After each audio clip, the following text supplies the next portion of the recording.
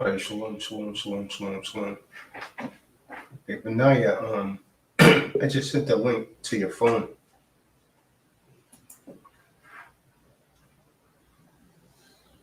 Hey, John Yashubin, can you hear me? It's my mic on in and out.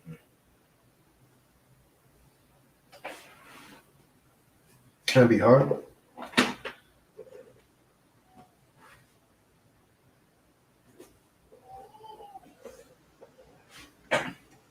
Shalom. Hey, Yashubin, can you still hear me? You're kidding me, man.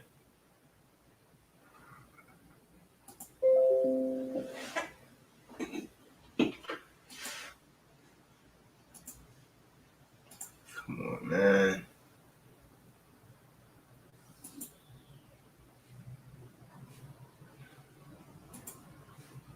Yashubin, can you still hear me?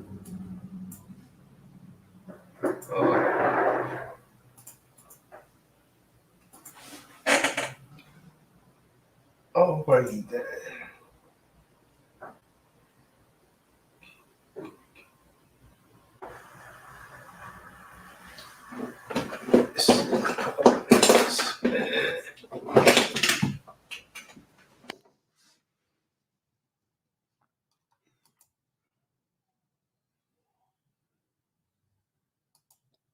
All right, Shalom, Yashubin, can you hear me? Shalom, I got you. How do I sound? Yeah, I can hear you. Torch, can you hear me? Yeah.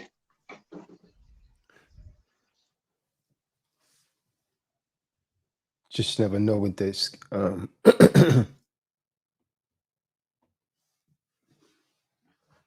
Always the perfect day. So, shalom, shalom, shalom, shalom. Welcome to another True Disciples of Christ Bible study. And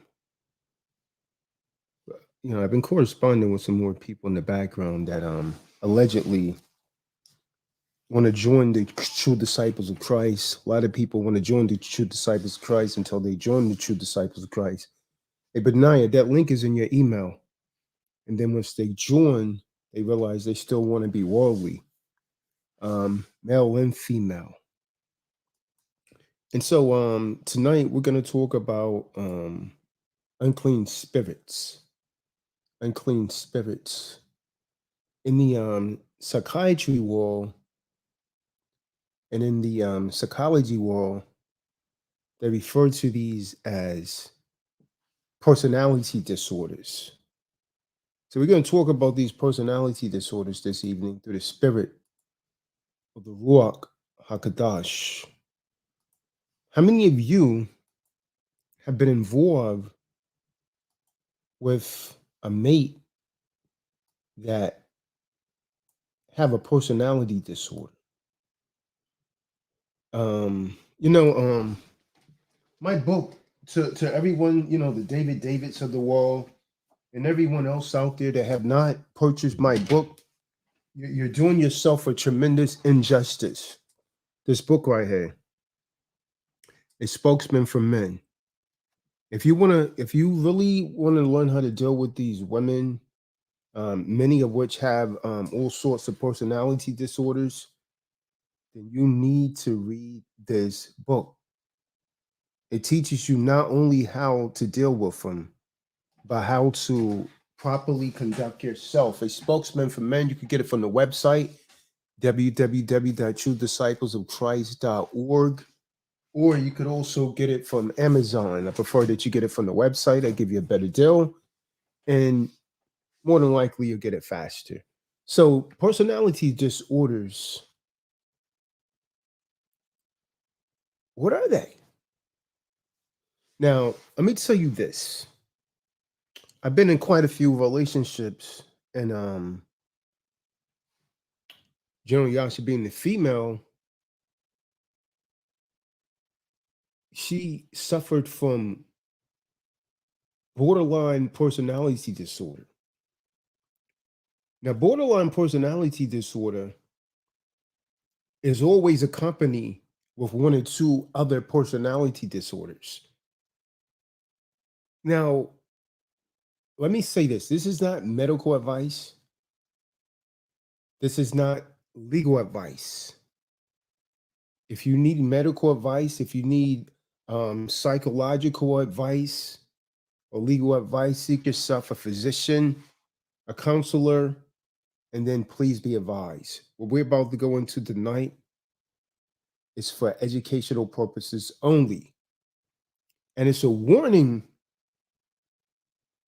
for those people out there that may be involved with someone that has a personality disorder. Now, unless you know what you're looking for, you won't be able to detect it. You would think that is normal behavior. And so what I mean by that, now, don't be swayed because someone may work in a professional position, General Yashabin. Because many of these borderlines, there's borderline personality disorder, histrionic personality disorder, schizophrenia. These are all personality disorders. The Bible refers to them as unclean spirits. The scientific world referred to them as personality disorders. But those of us rooted in the scriptures, Brother Torres Bay, we understand that this is an unclean spirit.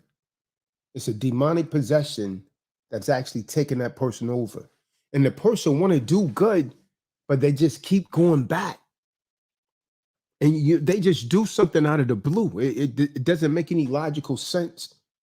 You think everything's going fine, and boom, out of the blue, they're bringing up something from the past. That is an indication of an unclean spirit and a personality disorder. And if you're, I'm gonna tell you now, man, the problem with most people that's not familiar with these unclean spirits or these personality disorders, people have a tendency to believe that they could fix these people and things will get better. Only in the long run to become a codependent. You become codependent on that person that has a personality disorder, and then you're unable to break away. Now, what are some of the symptoms? She's hot. Now, I'm saying she. Why am I using the term she? Is because before the feminist agenda flooded into the world of psychology and psychiatry, when we look at the DSM-4, borderline personality disorder was listed primarily in females. When the feminist agenda in the 70s swept into the world of psychology and psychiatry, they took it out. They said it was bias. See, feminism is an excuse not to tell the truth. And you should know the truth, and the truth shall make you mad. Now, what are some of the signs that you look for? Well, one of them is the person goes from hot to cold. You're getting along with this person just fine, and then out of nowhere, they're bringing up something from the past. Just sit around. Now, General Yashabim, this is this is a sick individual, right? They sit around. Now, mind you, the last time you saw this person, everything may have been just fine. You was happy. They may have been telling you that they love you. And then boom, you wake up in the morning, you're wondering what the hell happened. Because now this person is bringing up something from the past and you're trying to make sense of it. See, here's the thing. You cannot make sense of people that have these issues. Stop trying to make sense of it. And there's plenty of songs out there with these celebrities that have borderline personality disorders. And there's usually always a woman that's singing. Blank Space. That's one. Pink song, I Hate You, Don't Leave Me. That's one. I mean, they go on and on. Borderline, that song called Borderline, to the borderline, and I feel like I'm losing my mind. All of these are borderline personality songs, and there's so much more. They're telling you basically, if you listen to the lyrics, that they're out of their mind. So some of the characteristics, and I'm staying with the borderline one because that's the worst one. Even psychiatrists don't like to deal with a borderline because they play mind games even with a psychiatrist. Come. They would do things just to test you. You will never be comfortable around a borderline. Things could be, again, I reiterate, things could be going just fine, and then poof, out of nowhere, they have a moment, and they bring up things from the past. And General Yasha, one of the things that they love to do, if they think that you might find interest in something else, is they're trying to end the relationship before you do. They always talk about breaking up. Come. Why? Because the primary characteristic of the borderline is fear of abandonment. Fear of abandonment. Why do they have this fear of abandonment? Because in their youth, they was neglected by either one or both parents. And they take this into their adulthood. And any kind of, you could just stay a little late for work. The borderline will interpret that as you don't love me anymore. You could make a statement. You think you're just making a general statement. And the borderline will take that and blow that out of proportion. You may say, well, I didn't plan on having any more children, but I'll do it for you. The borderline interprets that utterly different. They see things totally different. They don't see things, they don't feel the same way. Their feelings are intensified.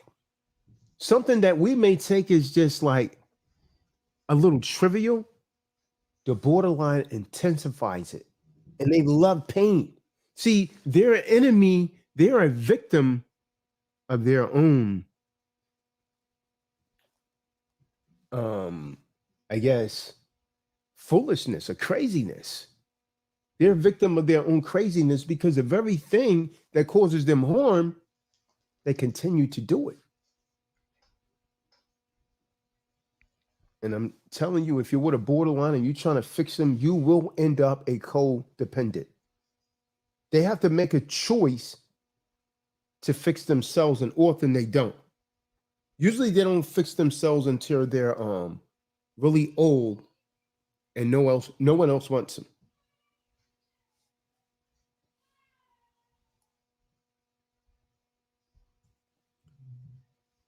But no, you ever dealt with anyone that's a borderline?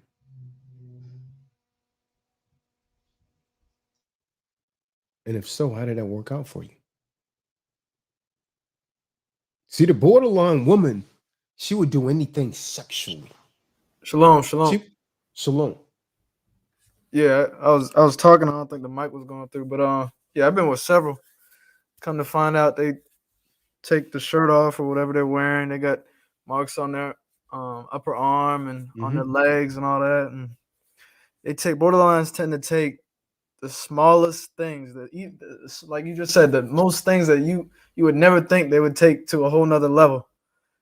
It's just something we see as insignificant, right? Something that a normal, healthy individual would see as insignificant. The borderline intensifies it and takes it to an entire different level. And so they have this love-hate relationship for you. There's an extreme love, and this is what drives their mates crazy, because there's an extreme love for you, but you could just say something you don't even know is offensive to the borderline, and the borderline go to that other end of the totem pole. Anyone ever see that old movie by Martin Lawrence and Lynn Whitfield? She was a damn borderline. That's what borderline personality looks like. She kept stalking him, doing things. That's a borderline right there. What was that movie called, Yashabim? What's Love Got? No, that wasn't it. It's a thin line Yeah, a between thin love and line hate. between love and hate. There you go. A borderline goes from hot to cold. What about you, Like General that. Yashabim? You ever dealt with a borderline? Oh yeah, I definitely have. And unbeknownst to me, I, you know, didn't call it or see it for what it actually was for about 12 and a half years. So everyone that's on the call, if you hear some characteristics of, that we're going to be describing, that's similar to someone who you are either dealing with, thinking about dealing with, or could even be a family member, you know, take heed. Take heed and make wise decisions going forward. But yeah, borderlines, they go from hot to cold. They you know, I had it in mind that I'll be able to fix this person. You know, that was the encouragement from the so-called marriage counselors. If you work on you, as a man, the woman's going to follow.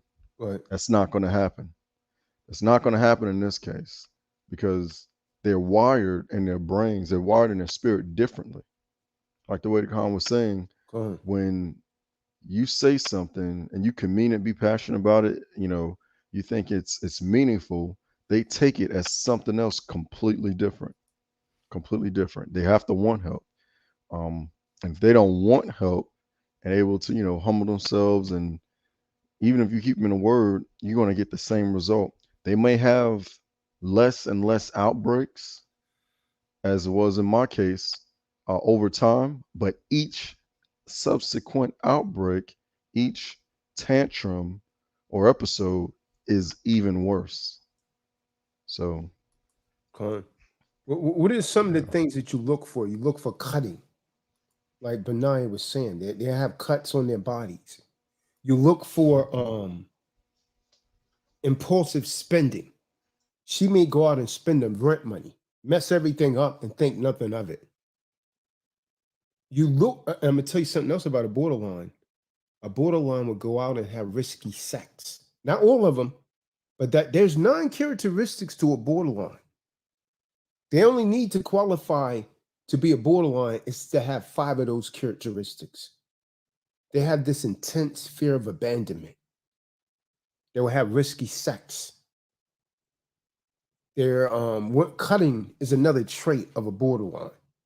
They cut themselves because the pain that they feel when they cut themselves supposedly will leave them of some of that mental pain. I mean, that's a sick individual, man. So I'm telling you, borderline was primarily a female trait until feminists came into the psychiatry world. Now, I want you to think for a second. Envision a classroom,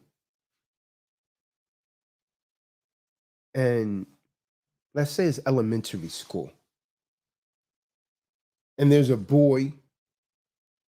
He's sluggish down. He slumps down very low on his chair,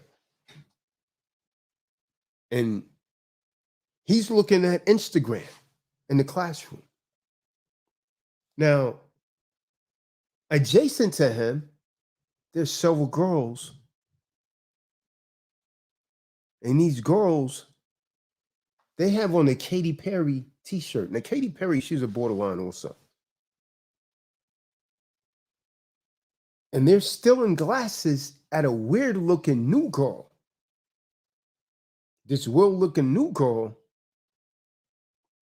she looks at the rain, and she has a blank stare. Just like the song that borderline made called Blank Space. This girl has a blank stare. Now, could one of these children in this classroom be one day determined or diagnosed as a borderline personality disorder? Yes, they could. See, again, in DSM-4, it was primarily females. Think about 75% of all borderlines were females. In DSM-5, when women started to, there was an influx of women and feminine into the psychiatry profession. In DSM-5, they took it out. So DSM-5 states that personality disorders are enduring patterns of perceiving, relating to, and thinking about the environment and oneself that are exhibited in a range or a wide range of social and personal contexts. So like I say, they are often sit around. Things could have been fine when you went to sleep, General Yashabin. You wake up, the borderline's coming at you with something. You're like, where the hell did that come from? Con, they punish those that are closest to them, especially their mate, with whatever they have going on in their own imagination, without any validation of such. Con. And so they are inflexible and they maladaptive, and they cause a significant functional impairment or subjective distress to their mate. Now, it is estimated that approximately 0.5% to 2.5% of the general population fits a personality disorder. But what does the Bible say? What does the Most High say?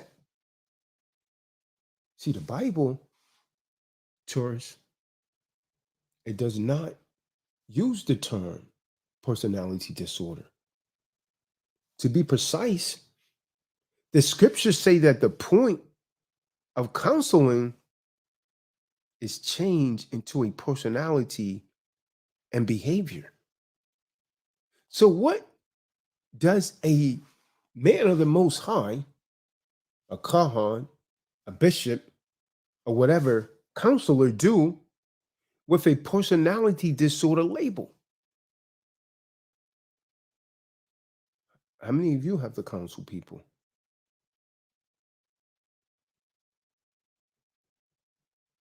Do you suspect the counselee might fit the diagnosis of a borderline personality disorder if you've been talking to people? What is the biblical definition of a personality disorder?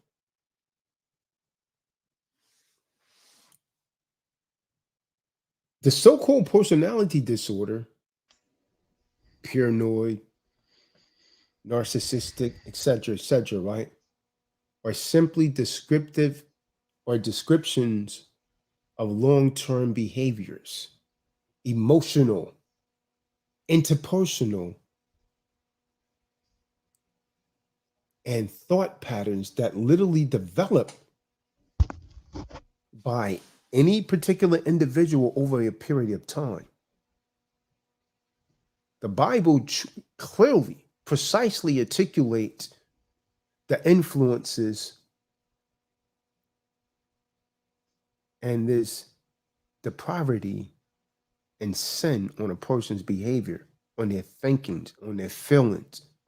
And so therefore, according to the Bible, the influence of the law of sin must be a focal point for individuals citing these labels. Let's get to the book of Ephesians, chapter 2, verse 3. What about you, Daryl? You know anyone that had any of these personality disorders? Ephesians 2, verse 3. Con, it's a book of Ephesians, chapter 2, verse 3. Yes, Among whom also we all had our conversations in times past, in the lust of our flesh. So the first thing is that following the flesh always lead to further corruption and eventually leads to death and darkness.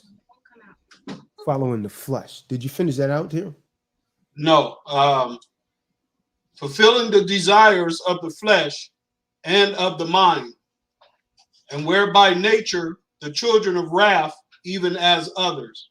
See, these personality disorders are children of wrath, and they're filling the lust of the mind as well, because a demonic possession has taken them over. From there, let's get Ephesians 4 and 22 through 24. Ephesians 4, chapter 4, verse 22 through 24. Book of Ephesians, chapter 4, verse 22 through 24. Someone get the book of Romans 8, verse 5. Go ahead, King. That ye put off concerning the former conversation, the old man, which is corrupt according to the deceitful lusts, and be renewed in the spirit of your mind, and that ye put on the new man, which after Yah is created in righteousness and true.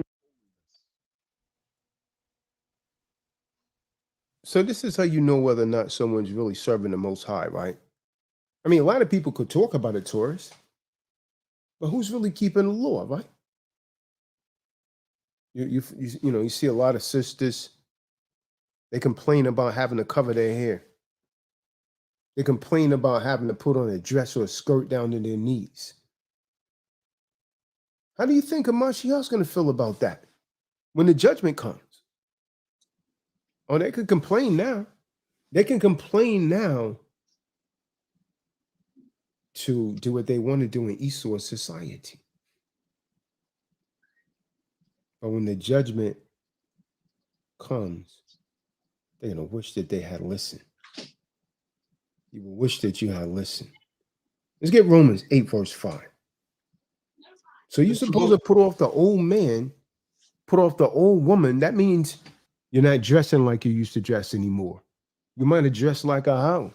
You might have been hanging out with Joe or Bobo smoking marijuana. You're going to have to tell Bobo and Joe, sorry, Joe, gotta go. I can't do that anymore. But you're going to say, Mo, gotta go, man. You can't hang with those people anymore because you put off the old man. Sisters, you see, when a sister's in the spirit, she's going to be elated to cover her hair because she knows that's about her salvation. When you concern, oh, I got to cover my hair, my employee's going to, you ain't in the right spirit. Your spirit's so off. Well, what my coworkers are going to say, your spirit's off as hell. And this may not be for you. See, too many people, General Yashabim, like to pretend in this walk. You want to walk, you see what I'm saying? Daryl, they want to walk how they want to walk. They want to be lukewarm. So they're going to be spit out of the mouth. Either you're all right or you're not right at all. There is no mediocre. There is no middle area with the Most High. Obey me. That's what he wants. Obedience is better than sacrifice. Book of Romans 8, verse 5. God, this is the book of Romans, chapter 8, verse 5. For they that are after the flesh, people that's fall in the flesh, things. you know what I mean? They fall in this world, they lusting, they doing this, you know. You're not spiritual. Read on. Do mind the things of the flesh. But they that are after the spirit, the things of the spirit. Come on. So you got to mind. We talking about people's spirits here. So why are we talking about spirits? Because borderline personality disorder is an unclean spirit. Narcissist is an unclean spirit. Schizophrenia is unclean spirits or spirits. See, the only thing that these psychiatric labels do is provide healthy, or not even healthy, but helpful descriptions. And that's all they are. They're just descriptions of symptoms. They do not give explanations or prescribe the solution that works. How many of you know that anyone that was on some psych drug that's gotten healed? You can't name one. None. But The psychiatrists do not offer solutions. People still go to them though. Well, you need to see a counselor. For what? Most of the psychiatrists are on medication.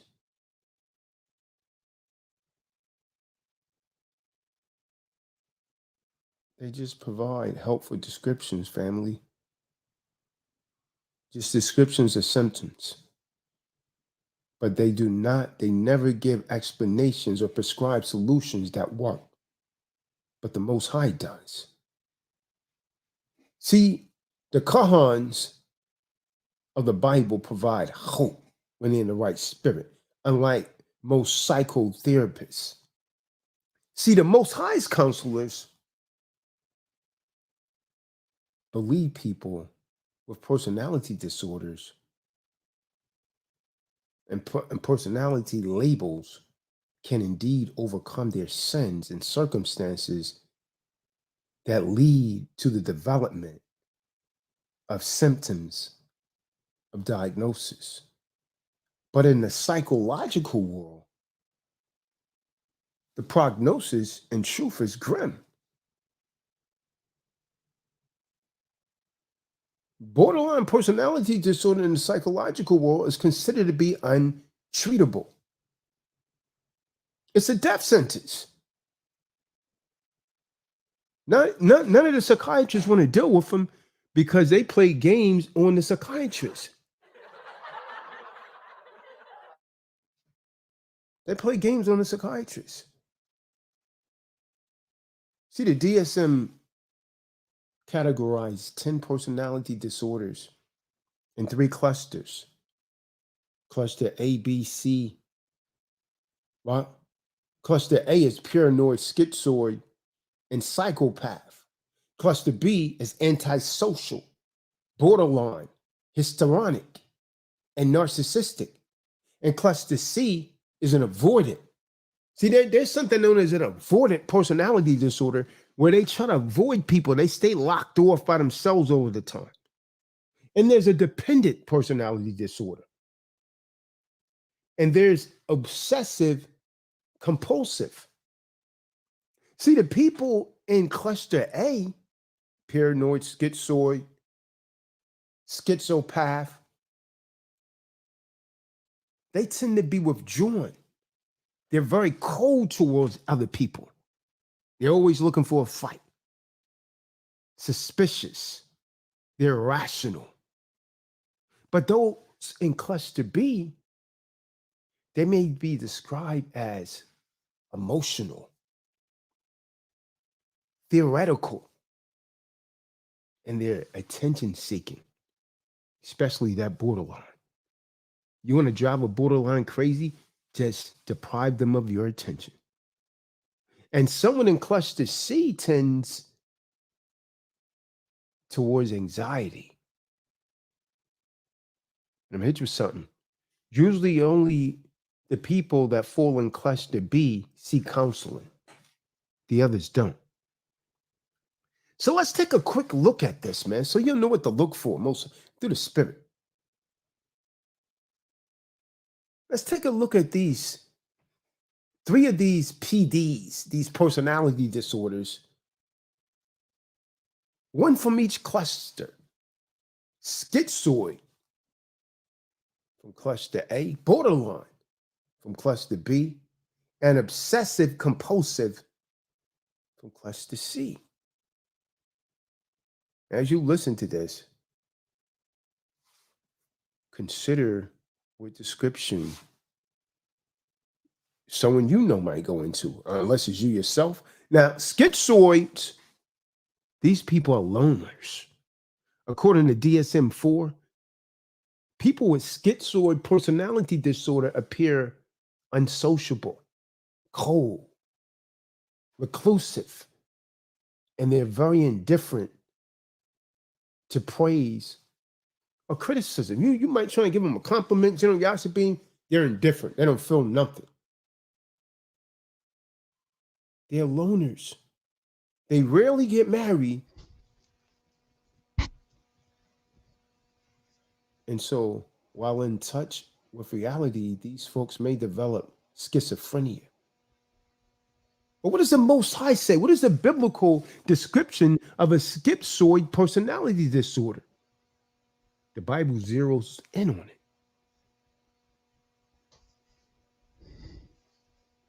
All of his or her attitudes center on himself.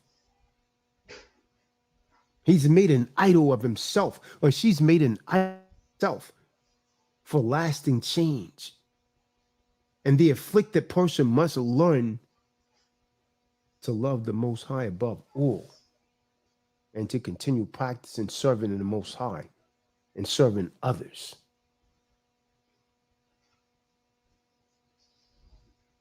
See, if you're a wise Bible counselor,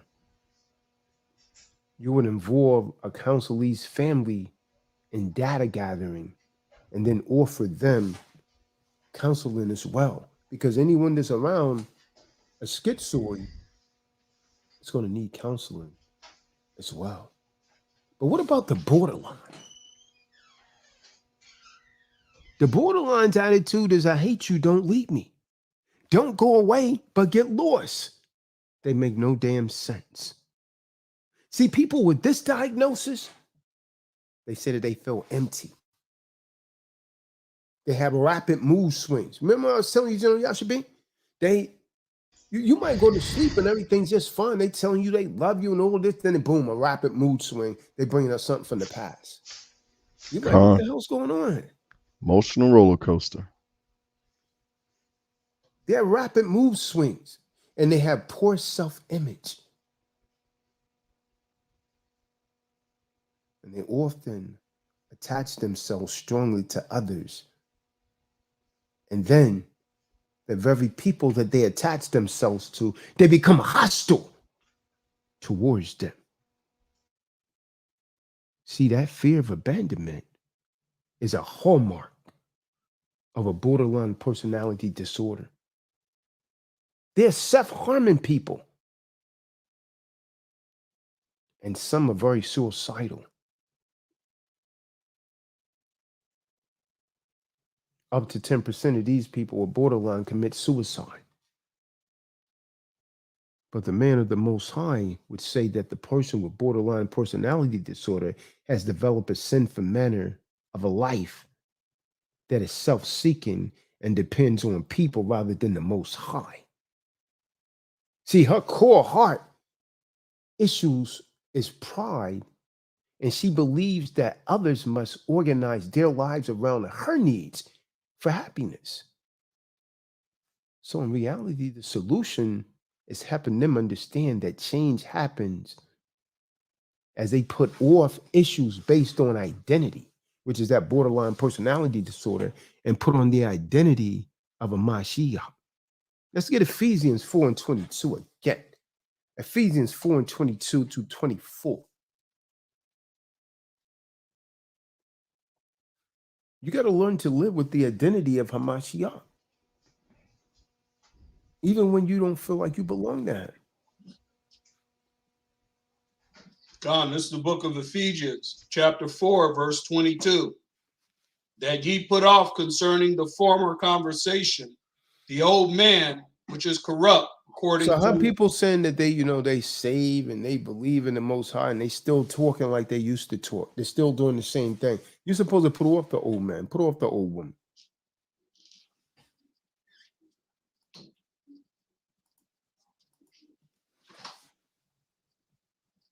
which is corrupt according to the deceitful lust. 23. And be renewed in the spirit of your mind. See that? Verse 24. And that ye put on the new man, which after Yahweh is created in righteousness and true holiness. So you got to take off the old man, put on the new man. Let's get Matthew 22 and 37 through 38. Now, this last cluster, obsessive-compulsive, this personality is disorder from obsessive-compulsive disorder. because the latter describes a pattern of reoccurring, intrusive, and irrational thoughts leading to compulsions to relieve anxiety. But in contrast, people with this personality disorder are so consumed with detail that they get very little done. How many of you know someone like that? They're so consumed with detail, they get very little done. They have little time for friendship or recreation. And they're very critical of their own mistakes. Let's get Matthew 22 and 37. It's the book of Matthew, chapter 22, verse 37. Yahweh said unto him, Thou shalt love the supreme Elohim Yahweh with all thy heart, and with all thy soul, and with all thy mind. Mm-hmm. Verse 38. This is the first and great commandment.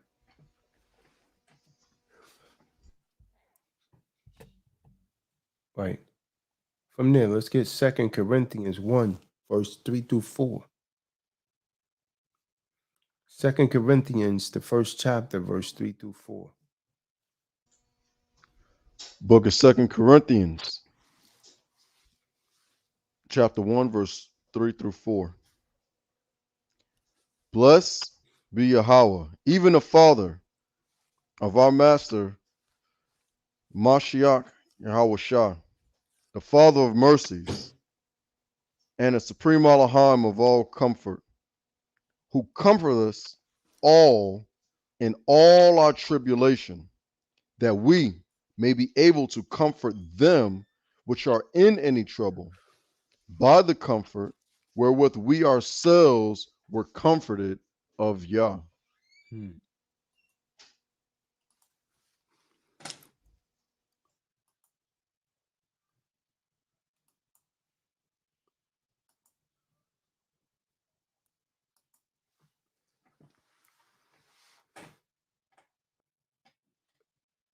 Second Peter's 1, verse 3.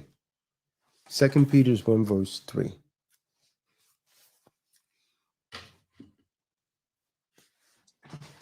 It's a book of 2 Peter, chapter 1, verse 3. According as his divine power hath given unto us all things that pertain unto life and godliness, through the knowledge of him that hath called us to glory and virtue.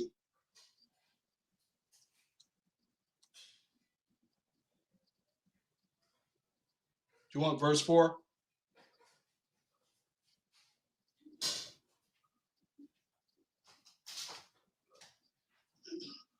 You want to have anything you want to bring up? You're quiet, man. Get one of these borderlines, you won't be quiet. You're pulling your hair out. It's real. Sitting there wondering what you did wrong. It's really not with you. It's that woman is just off, really. Spiritually off. Khan, as it was brought up, borderline personality disorder before DSM 5 was mainly for females as a female trait. Very small amount of males are borderline. They're more like narcissistic type, and Khan brought out when they both pair up with each other, that's a match made in hell, and you'll know when you see it. The the acting out in like in public, or if you are amongst friends, you can see the unclean spirit show itself, because the smallest and minute and somewhat trivial type of things just set them off. And but there's hope. There's hope. They have to want the help. As you just brought out these scriptures, the only thing that can really be there to help them is them them wanting to be reprogrammed, so to speak, as it's written inside the scriptures, a renewing of your mind, putting off completely of your old self, and you starting over as you were a child. You starting over as if you were a babe, and what babies do, what small, little boys and little girls do, they take hold of every word and action of those or of their parents. So you have to look at the word in the same fashion. If you're not looking at this word and these scriptures, as you were a babe, you're not going to make it. Especially those unclean spirits. Especially. And it's up to us, as we just read, those of us that's been comforted, that's been through these things, to, warn you. And if you happen to be one of those, put it in the forefront and put it in your face. But ultimately, that borderline and that narcissist, they're going to be the ones to make the decision.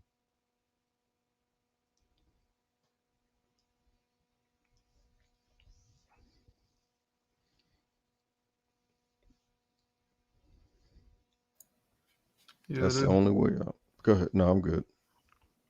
it's a lot. Yeah, but yeah, that spirit is something else. Because one minute they'll be quote unquote deeply in love with you, the next minute they want to Yep. kill you. I had one. I woke up next morning. I thought everything was cool, chilling. Went to go get me something to drink. This girl wakes up, looks at me, and said, "I want to kill you." Talking about I had a bad dream about you. So, wow, what? And she was mad the whole day because of a dream she had. I was like, "What are you talking about?" This little itty bitty stuff like that. It's just like got you thinking like, what's the problem with this person? I had a quick question. This dealing with someone with mental disabilities such as schizophrenia. Some individuals aren't violent, and they don't have that where Benaiah just said everything's cool, and you wake up the next day and hey, I want to kill you type of thing. But they exhibit abilities that they don't understand things, and they seem to almost not be able to function at all. And I was just wondering where that fitted in the what'd you say, the DSM-5, because it pertains mostly to females.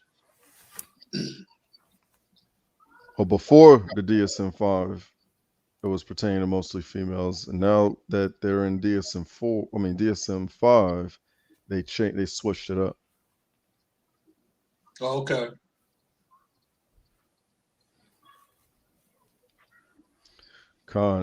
Benaiah, when there was a time similar while I was dealing with a borderline, and came home from work, and whole time, I'm getting side-eyed. I'm like, okay, I don't think nothing of it. Everything was good in the morning. When I left, had a pretty, decent day at work, thinking that we're about to go out to eat. And I get interrogated with a bunch of questions in a very aggressive manner based on a TV show they just watched. I'm like, hold on a second. But see, there was about literally an hour and a half of wasted conversation before I found out. So you been at the house all day, doing nothing, watching television, and because of something that you watched on TV, you applied it to me, even though I have absolutely zero characteristics from what you're telling me after I'm talking to. Well, yeah, you know what? I guess you're right. But we just wasted 90 minutes. We're never going to get back. Right. You yelling, screaming, you cussing. I'm just like, what in the world? Yeah, it's wild. Or even that fear of abandonment. There was man, I got tons of them, man. Because I was, man, I'm gonna tell you that drug called the Christian Church just continued to push me in that scenario, and I mean, I'm gonna be honest, I was hooked on that thing until I got a hold of an apocrypha and started reading the scriptures and its proper understanding for itself. I mean, that's the only way out. I mean, because everything in the scriptures pushes you toward life, and you being verbally or even sometimes of us physically abused with the mate, that's not the way the Most High wants us to live at all whatsoever. He's utterly against that. You know what I'm saying? But there was a time where a borderline was driving up and down the main strip of and waiting for me to come off the interstate, returning from base. Borderlines, Waiting man. for There's something else, man. they'll destroy They'll do something property. and deny it, even if you see them. Yeah, yeah, yeah. I've actually recorded conversations. Like you said that. I didn't say it. Play it back. Well, why you have to record the conversations? You know, why can't you just talk to me? I am talking to you. It's wild. It is wild. I mean, I'm laughing now, but it's not funny when Right. you're going through. You know. Yeah, this is a lot of this behavior we see on these videos, those Karens and stuff. And I mean, you have the camera right in their face, and they're still acting out. It's like they can't control it. Kind of, and those of you that are watching and listening, you know, this we are specifically dealing with, borderline, which by and large is a female trait. Again, before the DSM-5, it's in the DSM-4. Um, but it doesn't mean that males can't have it. It's just very rare. They usually go the way a man is built. They usually go in a different direction. So that's going to be on another lesson. Just stand by. I'll pull up one of the old videos. That's just what we're dealing right now. We're not bashing. We're just speaking the truth, personal experience, and reading these scriptures and how they apply to today. And this stuff is real. George, you're kind of quiet. George's kind of quiet, isn't he? Yeah, a little bit. Shalom, Mark. Hey, greetings. I'm What just about listening. Thornhill? Gone. David, you ever been involved with a borderline?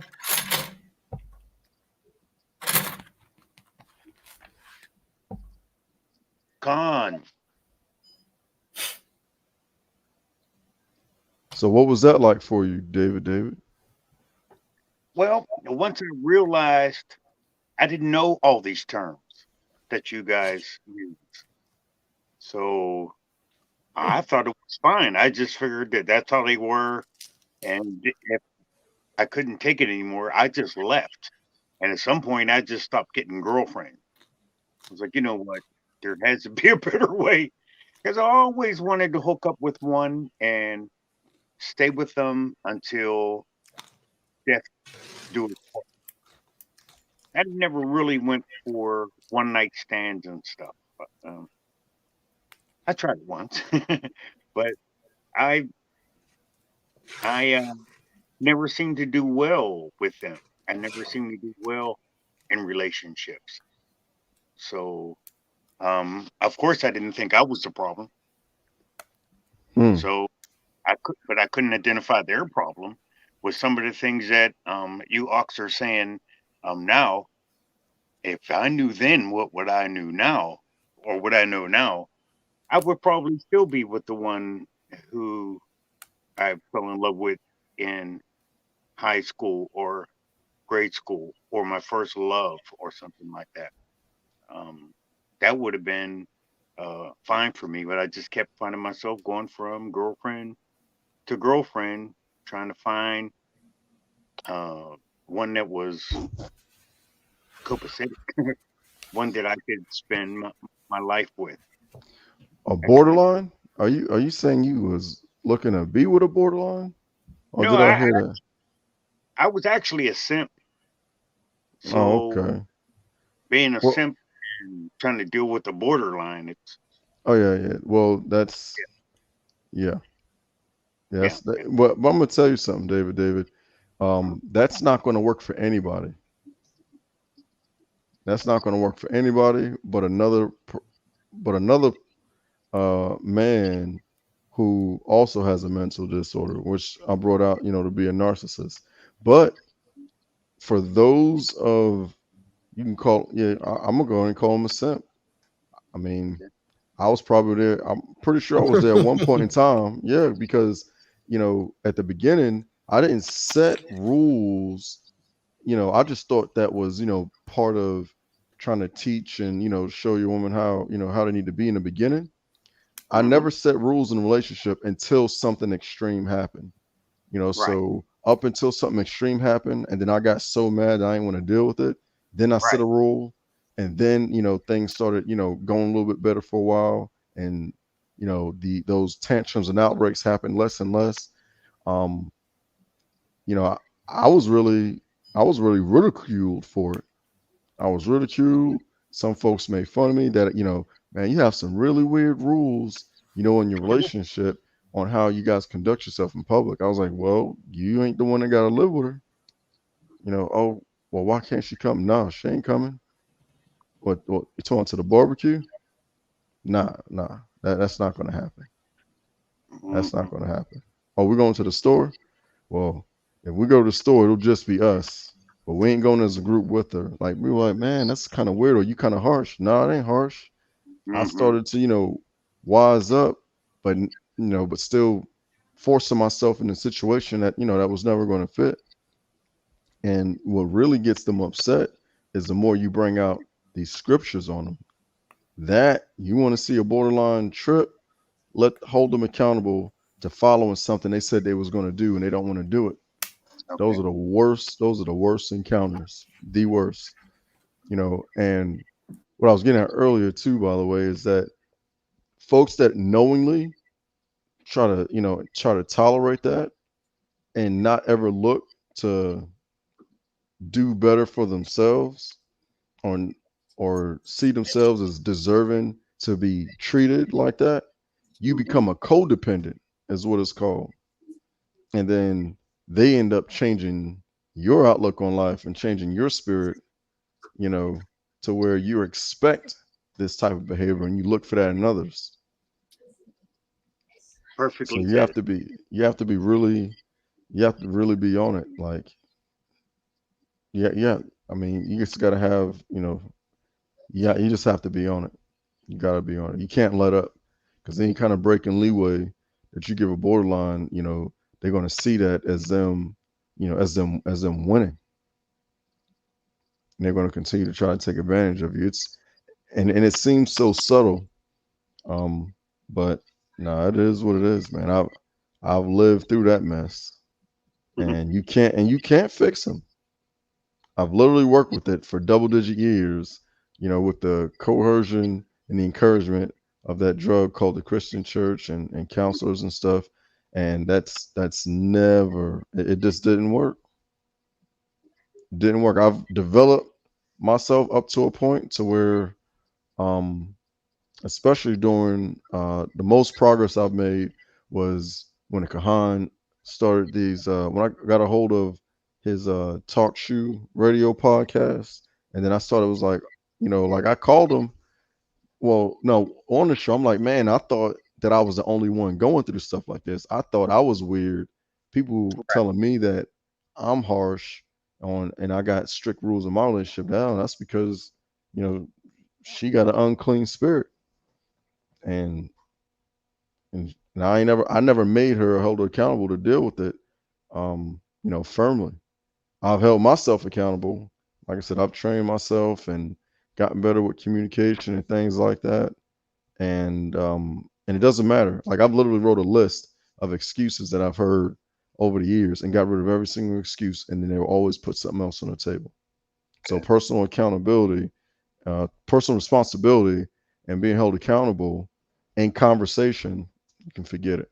That spirit will come out, and throw a tantrum, destroy property, break things, harm themselves, threaten to commit suicide or hurt the children, your sons and daughters and whatnot. Or what Khan say? I hate you. Don't leave me. Yeah, I mean, I would always David hear. laughing. Yeah, like like it's funny, man, because like for over 10 years, I would always hear, you know, oh, you're gonna be happy, if I'm not around. That's what make you happy. You don't appreciate me. Now, all these are coming usually, not usually, all the time. They come from someplace that's ill connected with what's going on that day. It has something to do with, how they grew up. And when I got wise to it, I started moving appropriately, got me a dang on Bible and Apocrypha. And instead of just pushing the so-called Old Testament, so-called New Testament, I started pushing that in the house. I started blasting the talk shoe radio podcast so that way everybody in the house can learn. I think at the time my son was like 10, and because I would do Bible study on Wednesdays, in my house, and she would disconnect herself. She wouldn't come in the kitchen or in the living room to participate or nothing. She says, "Oh, well, you didn't invite me in," which I've never done that. Just making up silly stuff to try to, not face the truth. And man, it it it the true spirit came all the way out and stayed out. But you got to be firm with it. You may have to make a decision if they don't want to change or if they don't want to actually follow, what's going on in the house. You're going to have to make a decision to leave. You have to make a decision to disappear when they're not around. Because if you give them a heads up, you will be set up.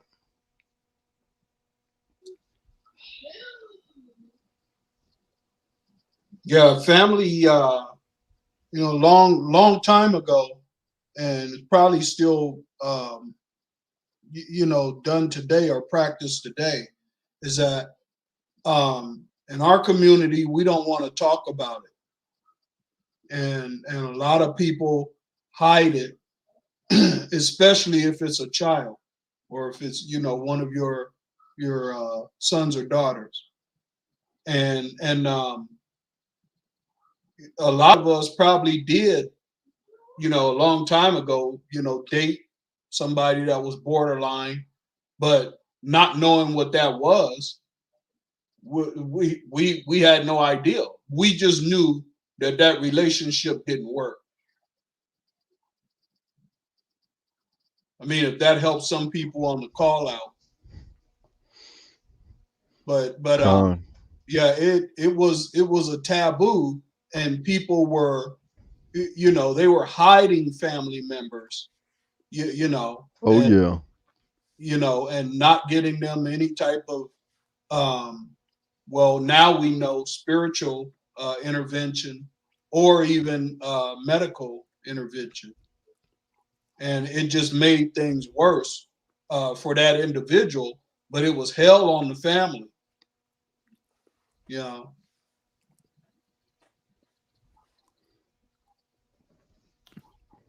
David, why were you laughing? Have you ever been with a borderline? I don't think you would be laughing. Yes, the similarities are striking because I actually had a girlfriend that I stopped going out with her. She was just unpredictable. She was pregnant, and we went to the hospital.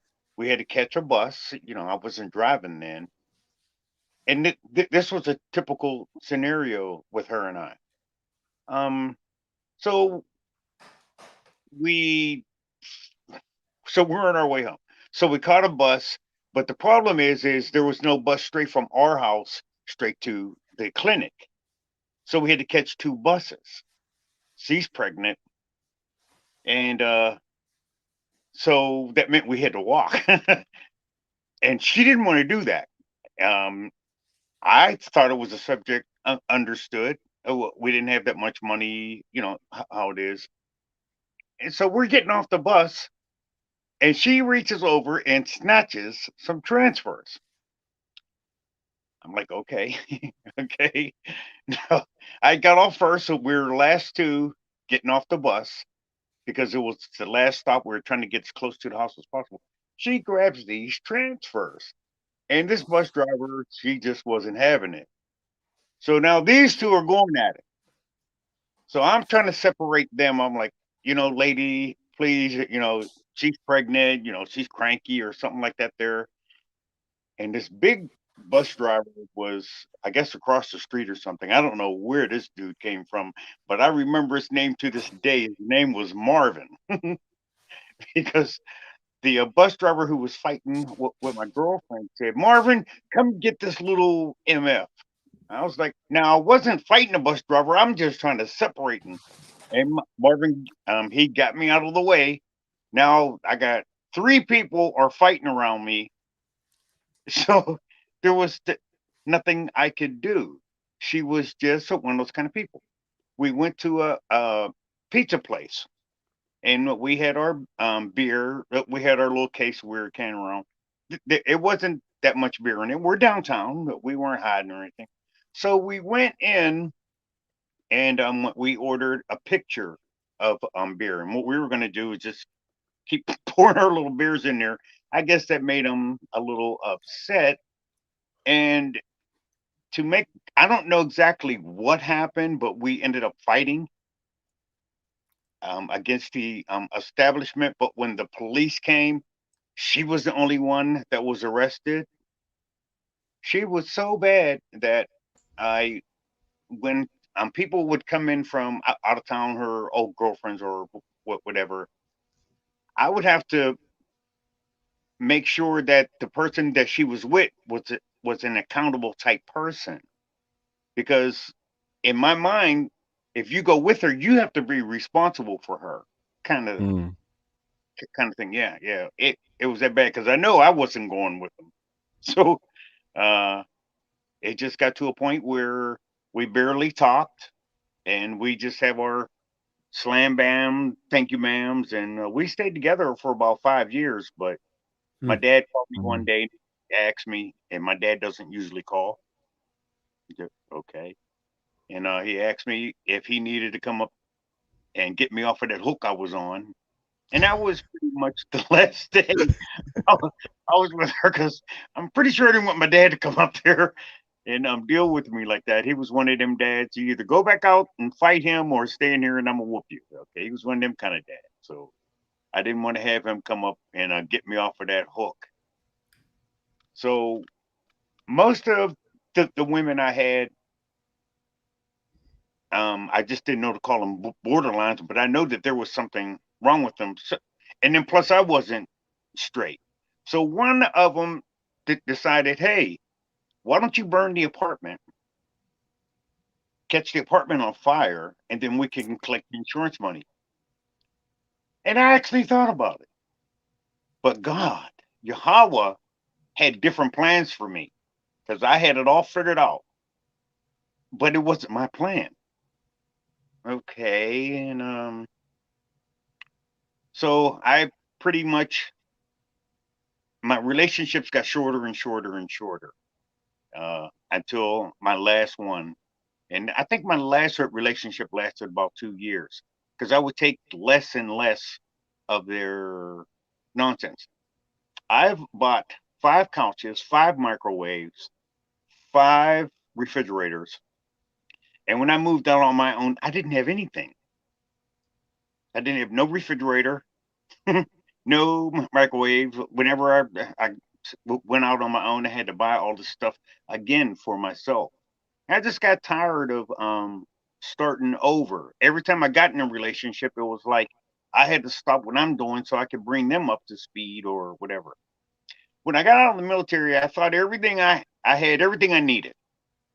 All I needed was a good woman to help me, and I just could not find one. I didn't know how to look for one. The Quran says that attraction is involuntary. So I kind of understood that. So I was just attracted to the kind that I was attracted to, and they just didn't have my best interest at heart. I mean, they all let me stay with them. I'm through my ups and downs, but they never helped me accelerate like I have the potential to do. So I just didn't know to call them borderlines this or borderlines that. But I do know that they had issues, and I never had one that I would really take anywhere on a date to a nice restaurant or anything like that. Because they were just unpredictable. And to be fair, I was a simp. If I could have had control over them, not control, but if I could have grasped their personalities or whatever, I might have been actually able to help them. But it was just too difficult. I just took the way that was easiest for me. And what the easiest for me was just don't talk to them because there's going to be an argument, or just give them what they want so that I can get whatever I want. I was just ending up in those kind of relationships. So I kind of lost sight of myself. I'm there for a while. I tried to find the church girls, and they actually don't read the Bible. Nope. Nope. I'm like, how could you be in church and don't read the Bible? So, but these things take time. You go through time with them, and before you know it, you've been with them 2 or 3 years, and you're not getting anywhere. And and I lose interest. Once I lose interest in something, I very seldom go back to it. And particularly women, I've never broke up and got back together with one of them. But once it was over for me, it was over for me. And now that I know about the borderlines and the psychopaths, and some of these terms, I'm glad I didn't go back. But I've always had the Most High has always looked out for me, and he has always kept me safe. I never caught a case with them, and I probably should have. And now I've met you Akims, and you seem to be where I always wanted to go, what I always wanted to be like. And now I got some teachers. Now I got someone that I could be led and guided by. So I think the Hey, most. oh, Slock. Go ahead, I'm done. I was going to ask you a question, David. All right. Appreciate you sharing that as well. Did you know that there's a book that the Kahan wrote called Spokesperson for Men? Was it his latest book? It's Because the I've one that got. he had at the beginning of this Okay. video. No, sorry. Do No, I you? don't have that one. I have 5 of his books, and I barely read 1.5. So for me to. Okay, stop. No. Wait a minute. We're about to deal with this. Okay. So, How many you read, David? 1.5 or one. How long have you had him? I've had them for about maybe a year, I guess.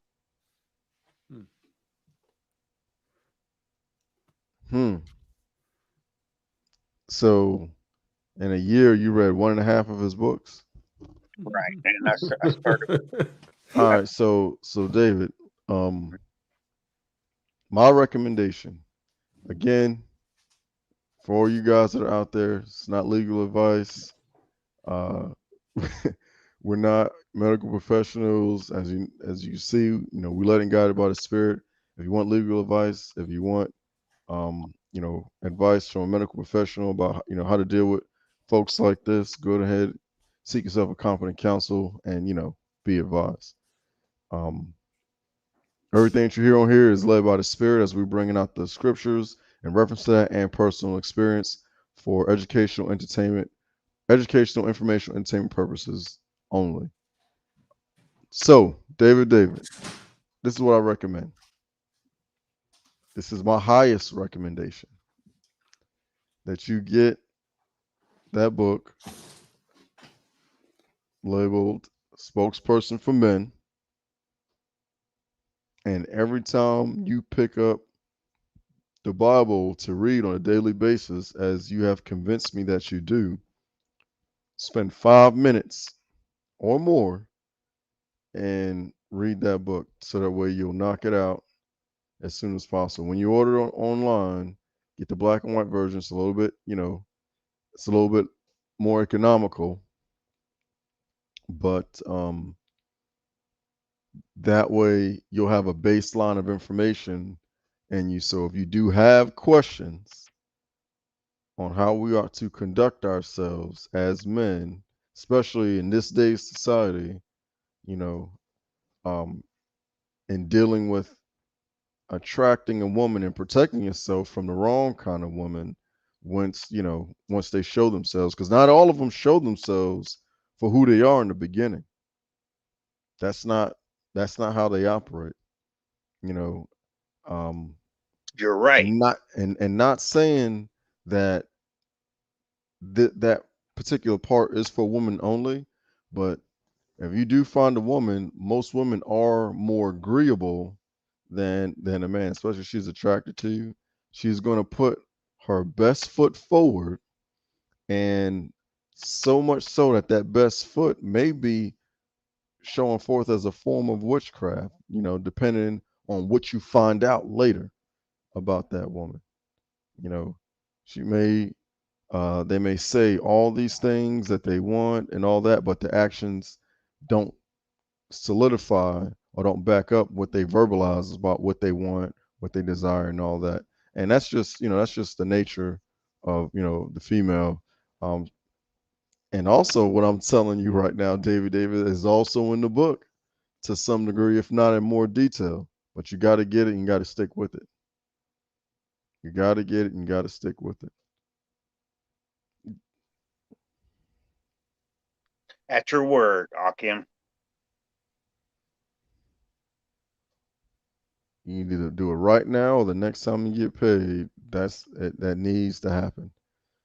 For all you men out there that are having issues with attracting women, protecting yourself from the wrong woman, attracting the right type of woman, and then how to conduct yourself throughout that interaction from start to finish, how to conduct yourself around other, other men, how to develop yourself as a man.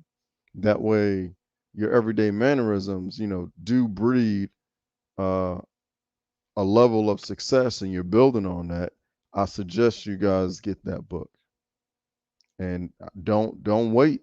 I mean, to me, it was a great read. I seen so many things. I seen so many things in there that I've like personally experienced myself and realized over the years the hard way. The Kahan has put it all together for us, So I mean, and more and more. I mean, I definitely learned. I learned a lot. I definitely learned a lot, and I wish I'd have had it at a much younger age as well. But it's not how you start; it's how you end, and that'll be a good way for you men that see yourself, or other folks may have called you a simp, or you find yourself in some type of a rut. Go ahead and get that piece of literature sooner than later. And another reason why I really enjoy promoting the Kahan's material is because he actually shows you where he gets a lot of his ideas and supportive information from. He recommends other folks' books. He's not just going off on a whim. He and he's not just using, you know, he's not just using the scriptures. He's using the scriptures in a proper understanding in modern day, you know. And this guy is, he's literally doing it all. Like, you guys have no idea the amount of information that he, like, observes, collects, considers, jots down, come back, and the way the spirit moves in him. I mean, It's all out of love, trying to help us. He ain't writing books just because. I mean, if anyone out there read any of his books, all his books make you better. They make you better. You make you better as a man, make you better as a woman. So, yeah, y'all need to get on it sooner than later. You know, all you men that want to be real men, do it. Especially you, David.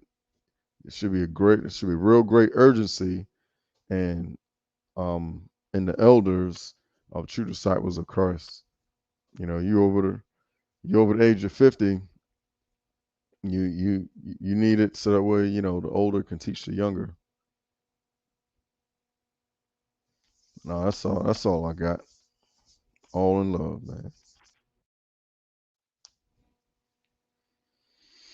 Yeah, David, I do believe you should get that book, man. I think it'll enhance your techniques on your journey towards your wife or wives. But you just gotta be careful, man. People always come off on their best behavior initially at the inception. But you never know what you're dealing with, man. Once they think they have you, once they get comfortable, they show you something else. And for a lot of guys, it's too late then, because the guy typically gets emotionally hooked before she does. And, you know, he's going around telling her he loves her, and, you know, and she's like, yeah, okay, whatever. See, borderlines, they don't really know how to love. This is what you guys got to understand. They don't know how to love because they've never been loved. They've never had true love. They've been neglected their entire lives.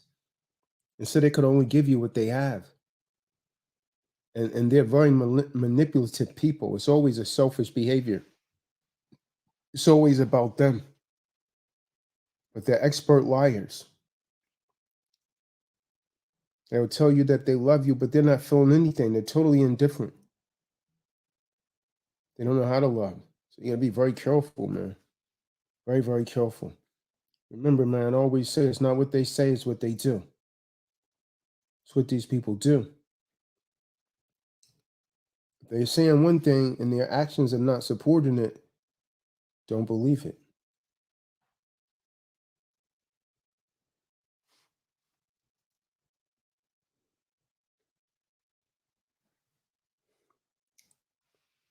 Anyone else have anything, man? Yeah, Ephraim, any of this sound familiar? Experienced it or even watch it from the outside?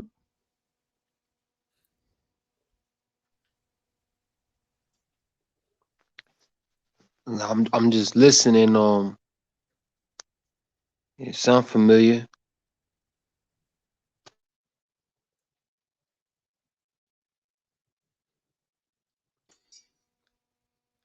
Con, you gonna open it up for any I mean, if questions or someone, guys? yeah, I'll throw a link in the room, man, if someone wants to speak on it. But you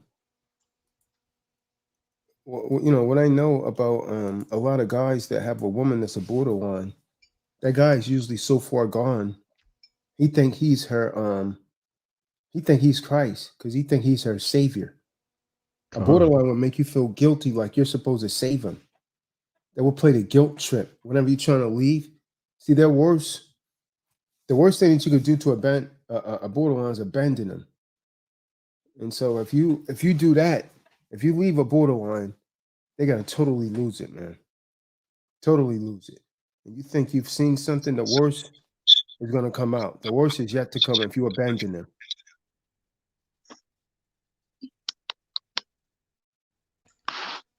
Hey, Shalom, Tim. Hey, what's up, y'all? How you been? Good. Good. So I The definitely. circumstances, What's that? considering the circumstances, just never know. Females are like a box of chocolate, Tim. You just never know what you're gonna get. I think I might become a diabetic on that one. No, I've definitely had my fair share of borderline individuals throughout my journey. But I will say this, you know, uh, there was a gentleman on, or I think it's a gentleman. Yeah, there he is, Cannonball. It's We were Kerfoot. discussing. His Oh, name that's is terrible. Kerfoot. Oh, okay. I know who he is. I don't know him personally or anything. At any rate, I had said that you need to take and put your mask on first before you can help anybody, in the sense of like when you're flying, you know. He said he disagrees, and because he sacrifices for those that sacrifice for me. I would definitely agree with that statement. However, you got to breathe. You got to be able to handle your own business before you can take on anything, much less a wife or anything like that. And that's where I'm coming from on that one. Because if you don't have your own self locked and secured, you really, honestly, in my opinion, have no business looking for a woman. And that's probably why the Most High hasn't brought one for you. So you go out and you look for them, and then when you find a borderline, then you're like, well, why is she a borderline? Why is this all I'm finding? But it's because you haven't grounded yourself as a man. At least that's my opinion.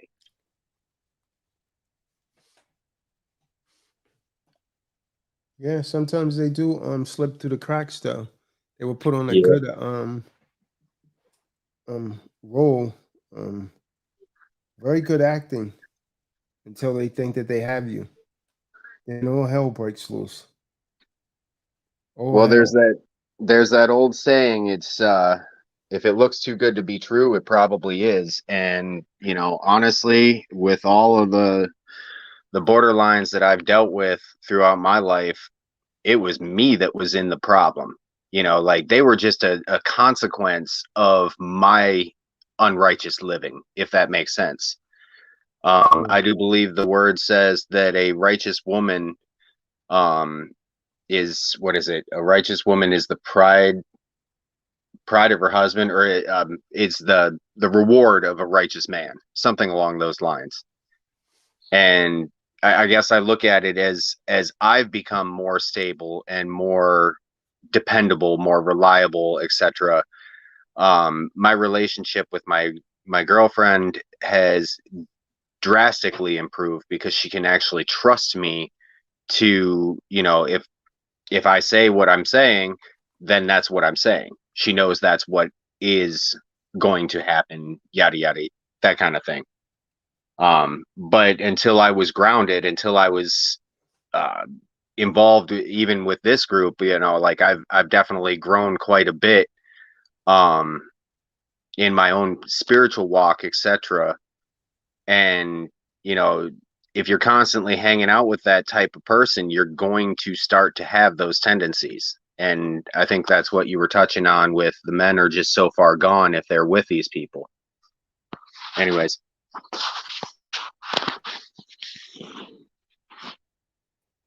You say she's your girlfriend, right?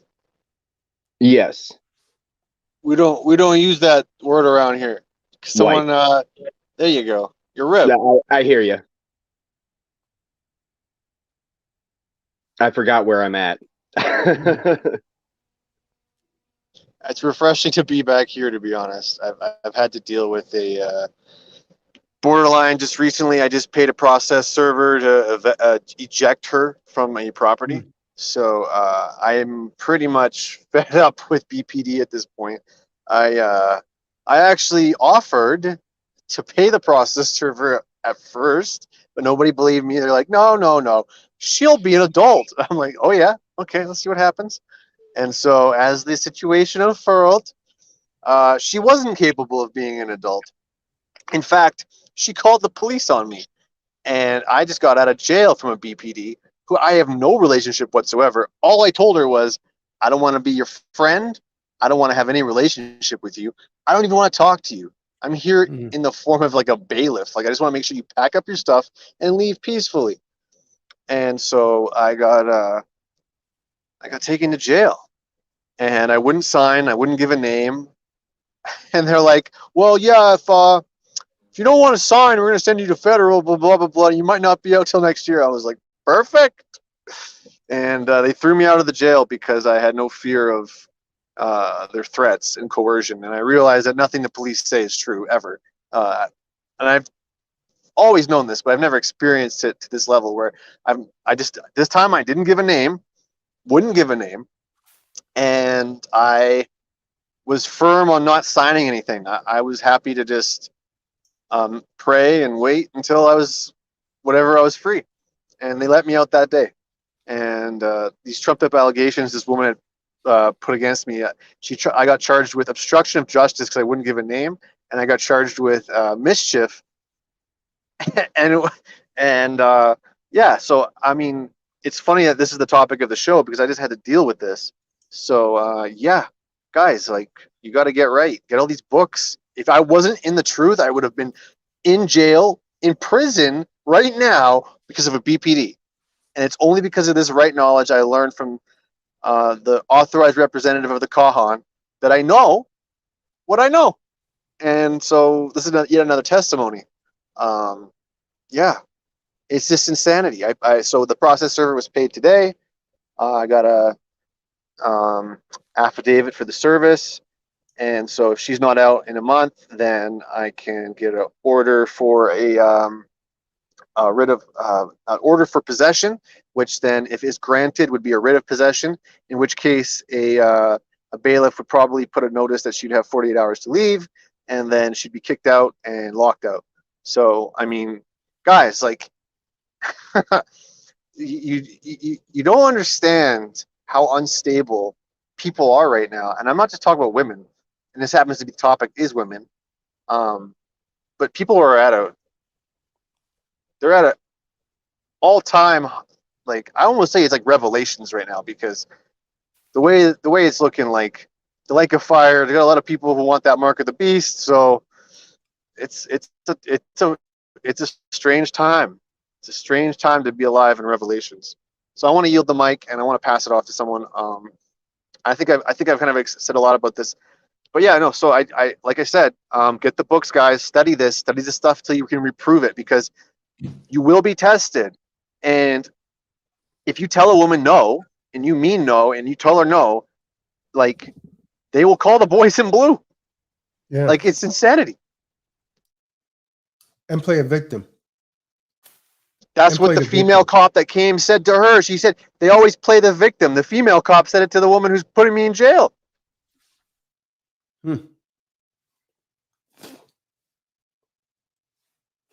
Yeah, man, that's crazy. But I'm not surprised, man, because they tell you, like I said, man, a borderline to go from I love you, 6 hours later, she's gonna get you arrested. She'll tell you she love you. You might have said something to her, Nicholas Carefoot, about 3 weeks ago, 3 months ago. She just I told her, back up. I just told her not to break the law. I just said, stop drinking and driving. I see that you had 3 drinks. You went for a drive in the middle of the night. Stop drinking and driving. And what was the other thing? Oh, and I offered to help her pack her stuff so that she could leave quicker.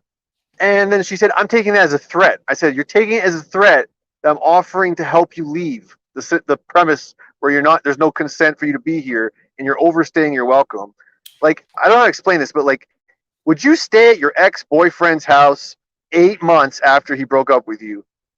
Like, squatting, basically. Would you do that, or would you have some self-esteem? Not these women nowadays. This was a 40-year-old grown woman who did this. I'm not surprised on that. Borderline. Wow. Yeah, man. Like I said, I almost died this week too. I had a rollover crash this week, and I had to deal with the BPD, and so I just had the most crazy time of my life in this week. And so I've seen my life flash behind my eyes. Got thrown to jail for something that I'm completely innocent of, and it was so baffling. I couldn't even believe that. She's like, well, hold on. Before she called the cops, she said she's calling the cops. I was like, you can't be seriously calling the cops. So I didn't pay it no mind, because there was no event. Like, there's no injured party. So it didn't even, like, I didn't register. It wasn't until the cop arrived that it was starting to set in. And this cop had made it clear to me that he was an atheist. At which point I told him, well, if you're an atheist, I'm not going to sign a document in which you're swearing your oath and you don't even believe in an Elohim. Doesn't even make sense. Why would I want to sign on to that? Because you're trying. So the document he wanted me to sign was a peace order that I couldn't go to my own home where my own Jeep is and my own motorhome, and then my motorhome gets taken away, towed away. So I ended up charging. I charged the tow truck company with theft. I got my motorhome back. I didn't even notification. I had someone call me saying that they had seen it get towed out of the tow yard, so it must be back. It must be coming back home. So this is all after the process server and everything. So like, man, these BPD women, they will utterly destroy you guys, and they will like, it's like dealing with a psychopath. I don't know how to explain it. Like they'll at one hand they're pretending to flirt with you, on the other hand they're pretty much preparing you for utter destruction, and they don't care if you're in a rollover crash. They don't care if you lose everything. Like I would have lost if I had stayed in jail, I would have lost my passport, my driver's license, all identification, all credit cards, debit cards, and I already lost most of what I had already. So it was just like, there's never enough. They'll never be happy, and they'll continue to, like, they'll make sure that you're in jail with nothing and you have no vehicles left, everything. Like, And the interesting part is they don't have a reason. It's just because they're batshit crazy. That's the only reason. Con. Yep. You know, they're intensifying. You could have said something that was, you know, really harmless, but like I said in the beginning, that BPD will blow that completely out of proportion. They intensify that remark so much. Oh, I don't think things between you and I will ever work. You make it seem hopeless. That's their thinking. That's how they think. so get this, she assaulted me. This is before she called the cops on me, which I just wrote off. She was drinking and driving. She assaulted me. The landowner, she boxed him in downtown, like took her vehicle, or automobile rather, and blocked him in so he couldn't leave. Got out of the car and started berating him. Now, if this was the other way around and it was a man doing it to the woman, this landowner would have been in jail. Oh yeah. Like, women want equality, but there is no equality. Like, it's just, anyway. I'm pretty shocked. It's so, like, it's funny because like I bought Red Pill Right Knowledge because I thought I might need it, and so I studied to reprove myself, and sure enough, I did need it. So, like, guys, have these books. You don't know when you'll need these books, and when you're in jail and you don't have these books, you'll wish you read them 10 times. I guarantee it. I guarantee it. Money back guarantee that you should read these books 10 times. And when you got nothing else to think about, you'll have something useful to think about. And all these maxims, and there's so many good little gems and tidbits in these books. Like, when I'm studying these books, things will come up where I'm like, maybe the 7th or 8th or 9th, 10th or 10th, whatever time, you'll see some little one line in there where you're like, oh, I didn't know a middle name was fictitious. And all these little things, like all these little things will pop up, and you'll be like, okay, note to self, use that. Yeah.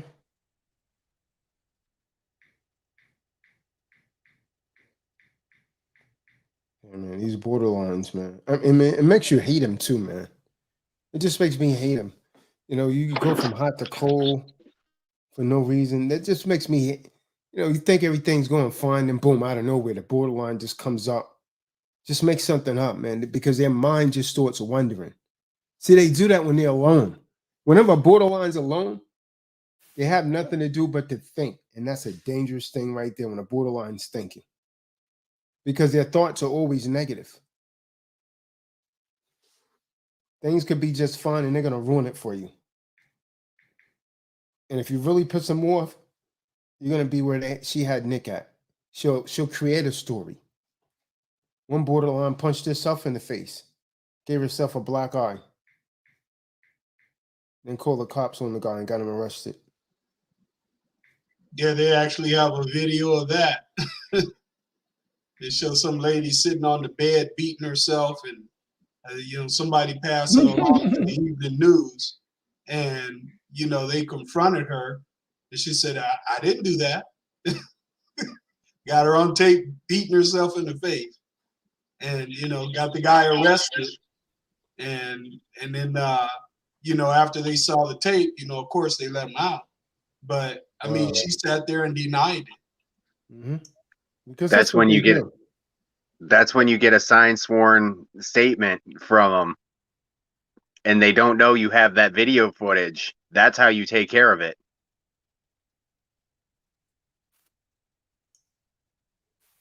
Follow the law, and that's how they're going to trip up, because this lady, she threatened to shoot me in the face, assaults me, constantly harasses me, and I just leave her alone. And you know, there's a little voice in your head that's telling you, hey, let's start doing the filing for this. Probably listen to that voice. I highly recommend it. A few years back, my baby mama decided that she was going to get angry at me and threatened to throat punch me. I decided that I would see what I could do to take care of it, because that's a threat. You know, I mean, I wasn't really afraid because she's not that large to, you know, do anything, but nevertheless, I'd still get hit. You know, who wants to get hit? But when I called the sheriff's department, because it was a domestic and the local police department didn't deal with it, some bullcrap, I don't know. They were giving me the runaround. But basically, the officer said, so if you get hit, are you going to be hurt? And I said, probably not. He said, well, then that's really not an issue that we should be dealing with. You should just man up, was his answer. While I agree that getting hit by her would not be, you know, that drastic, nevertheless, if those roles were reversed and I were the one saying I'm going to throat punch you, Oh yeah. I would be brought down. You know, they would have me in cuffs, beating the crap out of me, calling me a woman beater, this, that, and the other thing. And, you know, so when you're talking about equality, unless they have a gear shifter and 2 ball bearings, they're just an automatic.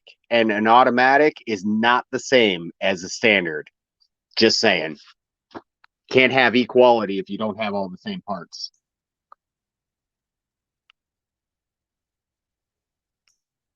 I don't know. It's just it gets intense too, and like the amount of leeway you get as a BPD, because it's kind of like being an undercover agent. They don't know that it's not a victim, and they can be a psychopath on one hand, and then when the cops show up, oh, I don't know, I didn't know what to do. I was so Right. scared.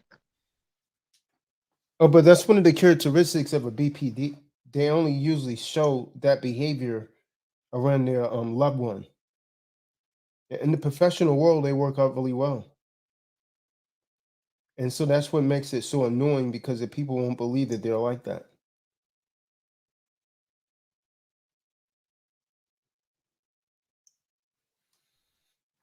And as a man, I know for a fact that I had no confidence to call the police. I'm like, I called people around being like, hey, yo, this chick's doing this. And they're like, yep, just eat it. Nothing you can do. It's a woman.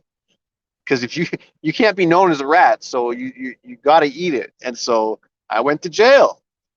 And they threw me out because I wouldn't sign nothing. They wanted me out that day, and they came with the same offer 3 times. Like, okay, so you can never go home, and all that. I'm like, that's insanity. I'm like, I'm not going to sign that. And they're like, oh no, if you sign it, you're not guilty, guy. You're not guilty. No, it's not an admission of guilt. No, you're just signing a unilateral contract. I was like I get this works on regular debtors, but like after a certain amount of like edification, like I just anyway, the whole system is set up in such a way where it's tilted, right? And you know, I think in my case, all the agents involved were on my side, and they were just following procedure. But that procedure involved taking my behind all the way downtown and all my belongings to go and lock up, and then I get ejected into the street with nothing. Like, like they would, like if it was a woman, they wouldn't even think of taking them to jail. Like they would probably try to work it out. So I don't know. It's the craziest. This is the craziest week of my life.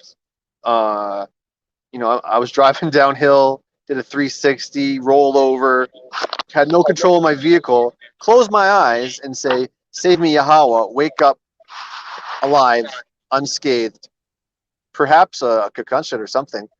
And then this. So, I mean, you know, thankfully I set off my Jeep, so it didn't cost me. Like, if I had paid that with fiat, I probably would be suicidal. And if I wasn't also edified on how to deal with the BPD, I probably would be in prison. So I would be in the hole, thinking about that until I was released next year. Oh man, like, it's just like they will destroy you.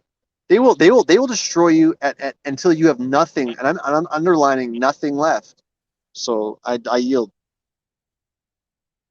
Just out of curiosity, is there any actual legal ramifications that you can do? Obviously, a video is going to protect you and everything like that, but who wants to wear a body cam in their house? I personally don't have this issue. However, I don't know what life is going to bring me in the next, I mean, life changes every day. But is there any legal ramification besides a video cam that you can do to alleviate the kind of, not really necessarily a prenup, but something along those lines? I mean, can you set up a contract or anything like that? I mean, is there a remedy that anybody knows off the top of their head? I guess would be my question. Yeah, cut them off from your flesh. You got coerced. Leave them. I was going to say, you know, if you've dealt with the situation prior, then you know, even though the Kahan said, you know, they're going to put their best foot forward to ensnare you, you should know better, you know, and know the symptoms or the warning signs. You know, if you're the type that goes out and dates or you know, looking for relationships or whatever. I'm all praises to the Most High. I've been wed for going on 16 years now, so I am not out there looking for none of that, and I wouldn't even think about it if I was single right now, because I mean, it's just these females are just hot and heavy. All of them to me seem like they ain't got screw right. This summer I met a BPD and she was vaxxed up and she tried to grab me, and like she was trying to, like, it sounds so crazy, but it's like the moves that the women do nowadays are like rapey. I don't know the better word to use. So like she would turn to me like, "Oh, what, you don't like that? Like, you're gonna act like you don't consent, you don't think I'm sexy, blah blah." It's like, no, it's not the flesh. Like, your spirit's off, lady. And like, I had to run away from this woman who reasonably attractive, but just her brain is just like just a train wreck. And I can't even believe women could have a like it's a female voice, but it's like some hood cats talking to me, and it's like, this is a female Edomite nurse. Why is she talking to me like she's like playing me? It's just crazy, man. She's telling me, "Oh, I love your hair." She like grabs my hair. I would never like just meet a girl and just grab, touch. Let me just interact with this immediately. Totally insane. Buys me a drink. I tell her I don't want the drink. I don't drink. Keep the drink. And then she's slamming 2 drinks and gone. Off to the next guy. No problem. This is the world we live in now.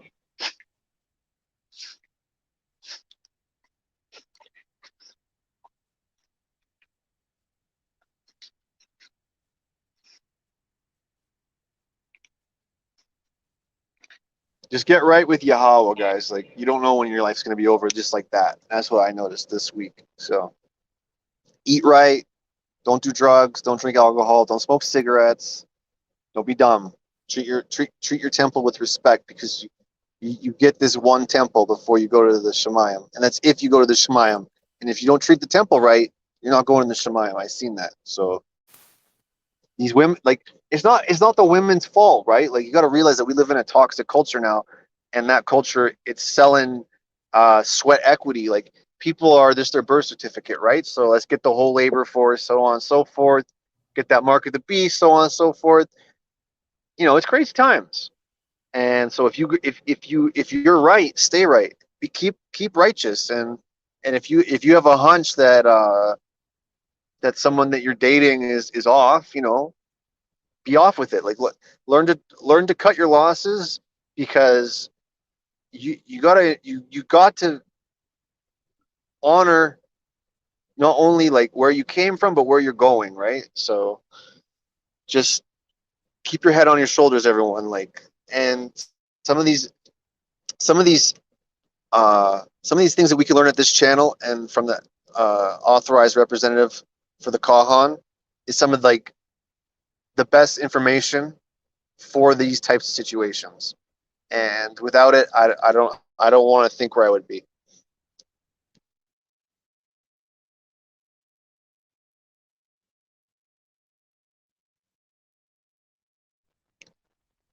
Other than that, though, I love my life, man, and I love these books. These books are great. I'm gonna go buy another. I found my copy of Commercial Warfare Second Edition. I gotta get a second copy because I'm gonna give one away. It's such a good book.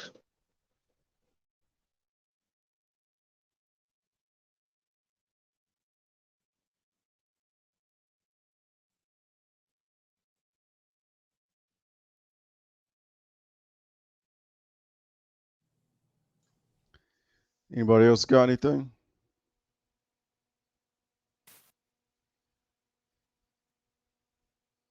Appreciate you sharing that. And yeah, handle that situation, man. Handle that.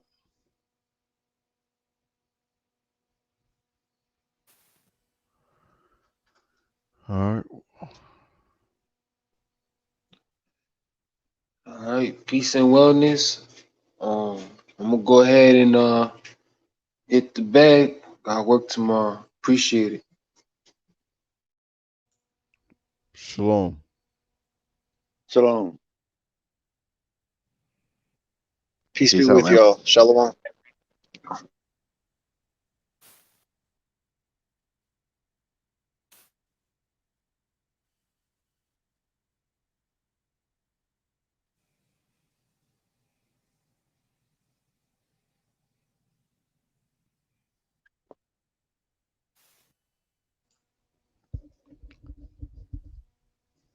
Yeah, it looks like the Kahan might have stepped away for a minute. But yeah, the only way that that we're gonna be able to deal with this is and stay in them scriptures and stay away.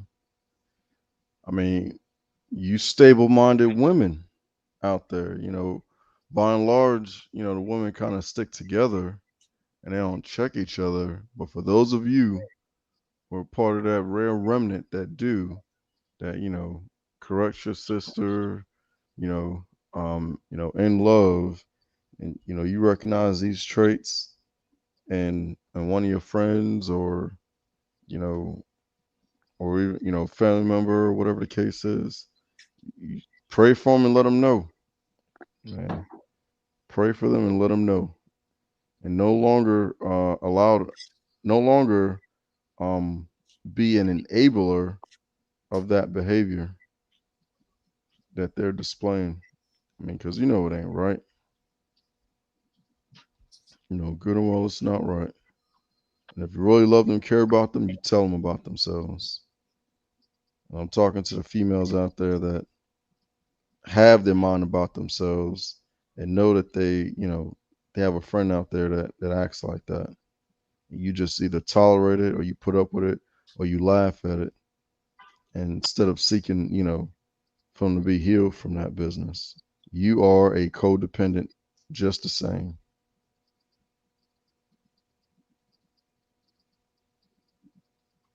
Yeah, General Yashabim, and for those that have family members that suffer from a lot of these mental issues, if they are open to the truth, not that Christianity stuff, but just show them how to pray and inform them that they're asking to better understand their situation and to be healed of, I guess we call them demons, you know, or these evil spirits, you know, to get them off of you, and you know, and then you know, get the support from, you know, the family members that led you to the truth in the first place.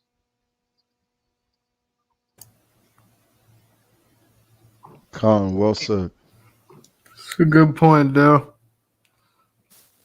But you know, if you start telling people they got demons on them, then the demon want to fight you. Yep. Yeah, they need to admit, you know, if we're not keeping all 600 and some odd statutes and commandments, then everybody's dealing with something. So they gotta admit it first, and then, you know, ask the Most High. Learn how to use the scriptures to heal yourself. Come on this channel and listen to these two men, you know, instruct and inform us on how to be men. This is what it's all about. This was denied to us They're not. for damn near 600 years. Yeah, they're not going to do that. A borderline is not going to admit that they're wrong, man. They're just not going to do that. Gone. They're still worse. You know, they will go to any extreme. They would die before they admit that they're wrong. They want to create all kind of excuses or what have you. They see, that's the other thing with abandonment, is a borderline admitting that they're wrong, because that's I don't know, that's terrifying to them. They try to be perfect. They always want to look perfect. To admit you're wrong means to abandon your own mindset.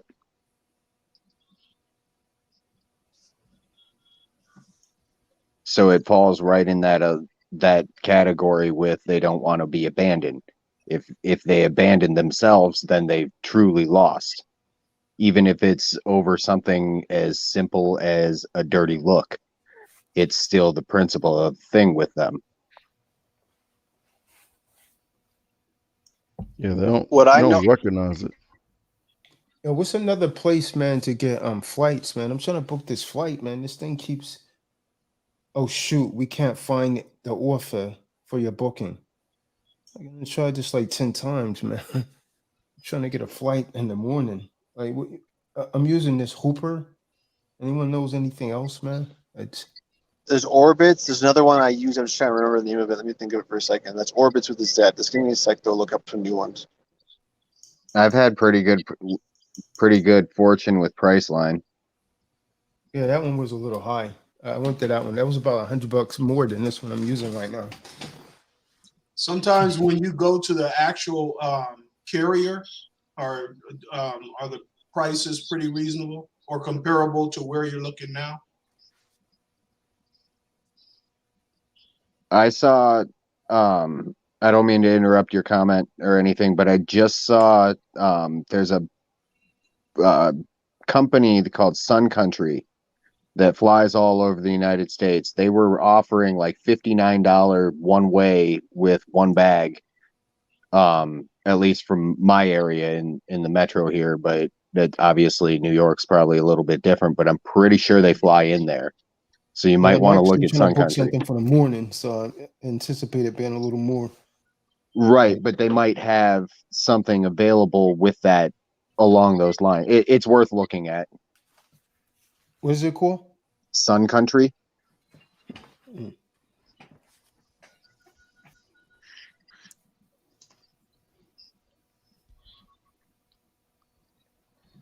Off topic, what's the best way to clean the menorah? Fire, if you're talking about it having wax on it. Yeah, it's like heavily melted, and the only resource I have is just the stove, and you know, you can imagine how messy that gets. Smoke everywhere, and you know, I'm in an apartment. I was just wondering if there was an easier way to do it.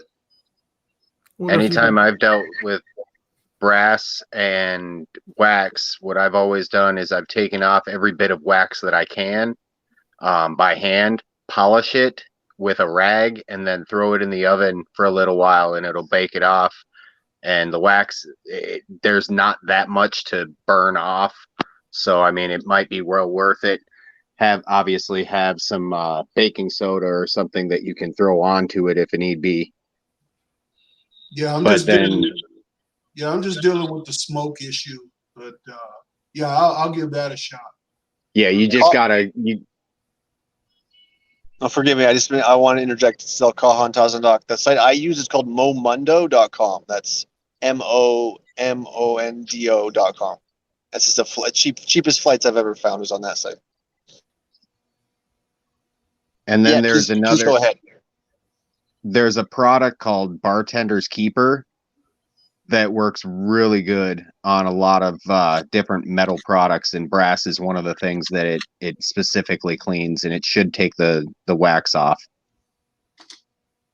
Joe Moore recommends Heat Gun in the YouTube chat, Daryl. So I mean, I'm thinking like propane grill outside if you can't get the smoke, right? So I don't know. If it's just wax. Yeah. Bartender's Keeper. Mm-hmm. Okay. All right. Yeah, I appreciate all the. Yeah, it works real good on the toilet and everything. Keeps it nice and white regardless of all the iron.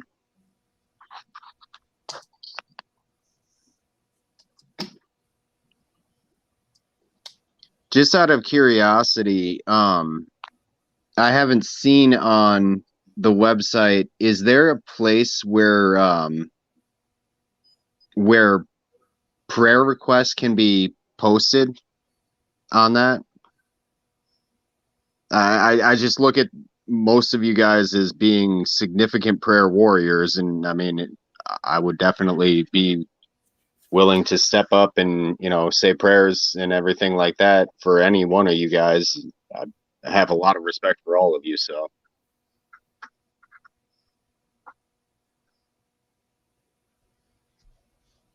There's an app called what's it called? Clubhouse that just came out, and there's a lot of Israelites on there that use that for chatting. Maybe we make a True Disciples of Christ chat room like that, and if you want to pray, we could you know, if there's no live stream, we could do that there. But I don't think it's a good idea though. Actually, is send Tazadaq a donate. Sorry, Slakia. Tazadaq's authorized representative a donation, and then just request that in the donation that you'd like him to make a prayer for you. That might be the best option. I personally don't have anything like off top or like pressing. I'm speaking more for other people that are struggling with other things, you know, having people praying for them. And I was wondering if there was something that I missed more so. And if there's not, you know, I understand what you're saying though. That's absolutely a great idea. It's a good question. I know someone who does like angel clearings and kind of like chakra type of stuff, and I've seen what you're talking about, but more of like a forum, I guess, is what may be what you're saying.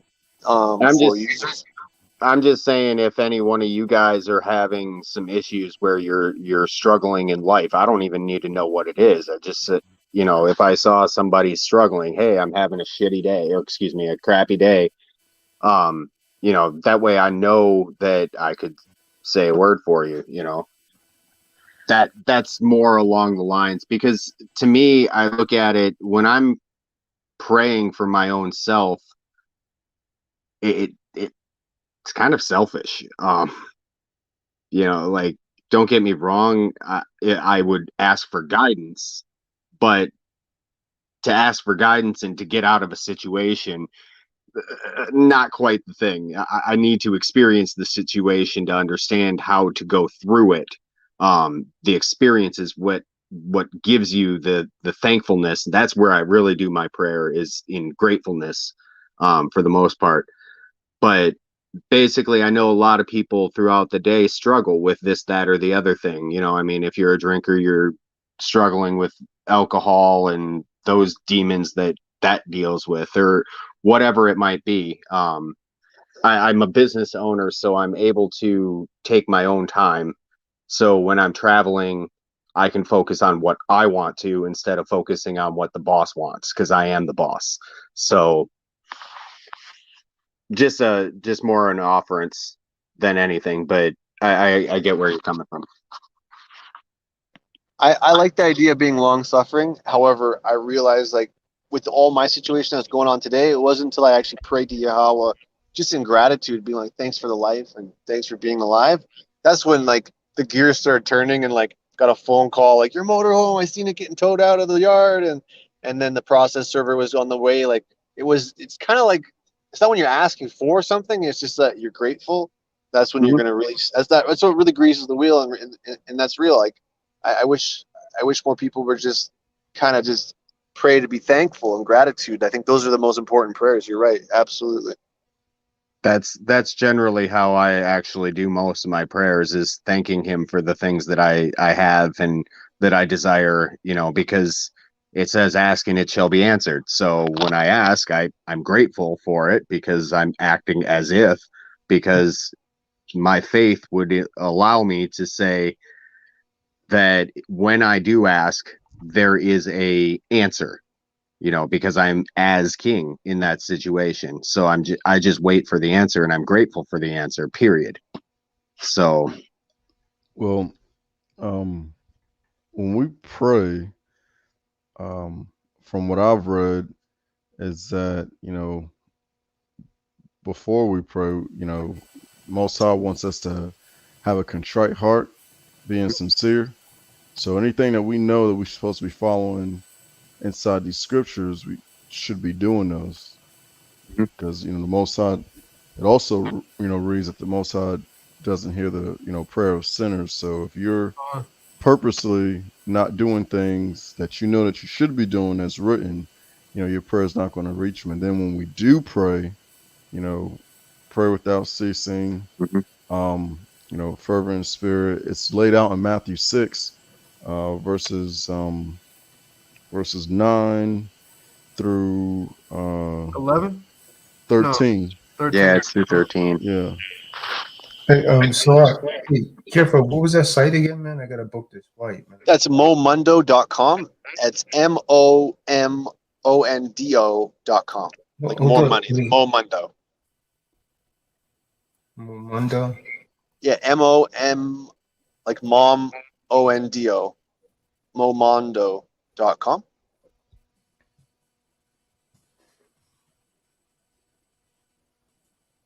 As soon as they got, man.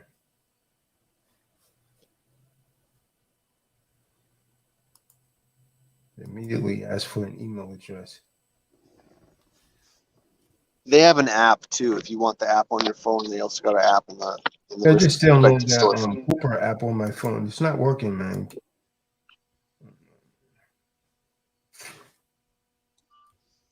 Yeah, that's Matthew 6 chapter 9. I mean chapter 6 verses 9 through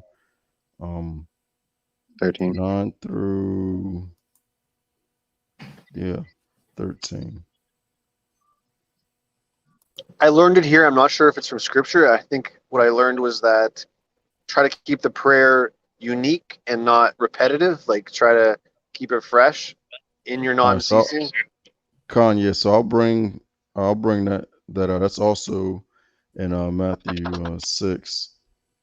So a few verses up, it reads that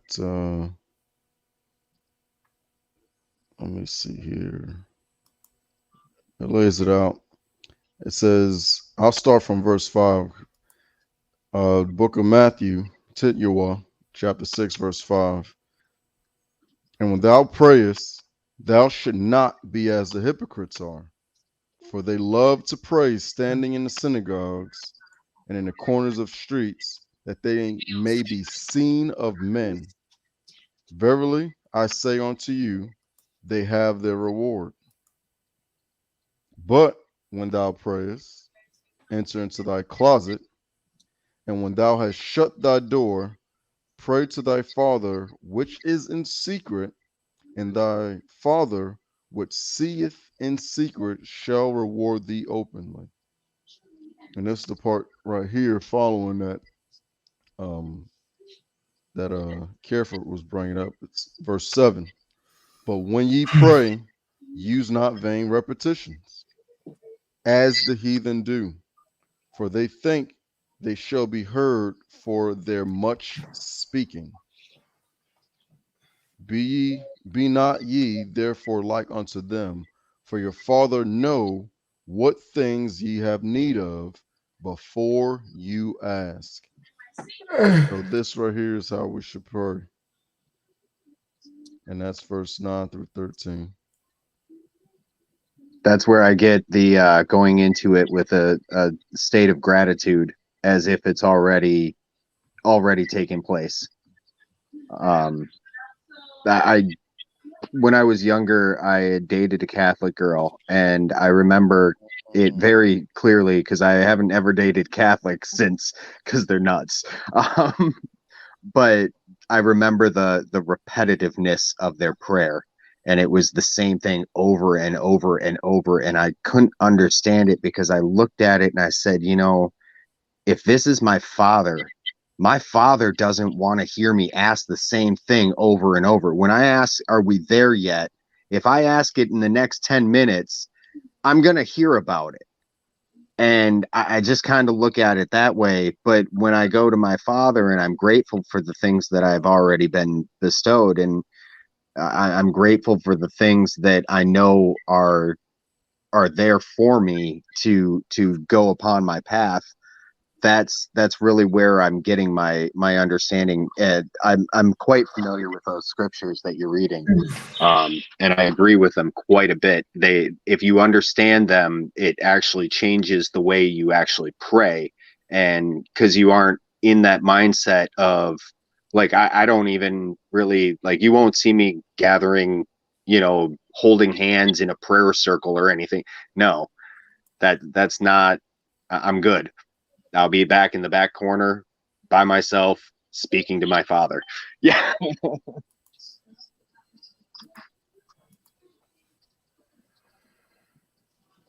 I don't mind going to like Native American church where all the pagans are and their teepee, as long as I bring my Bible with me and I'm facing the east, because they'll let me read my scripture.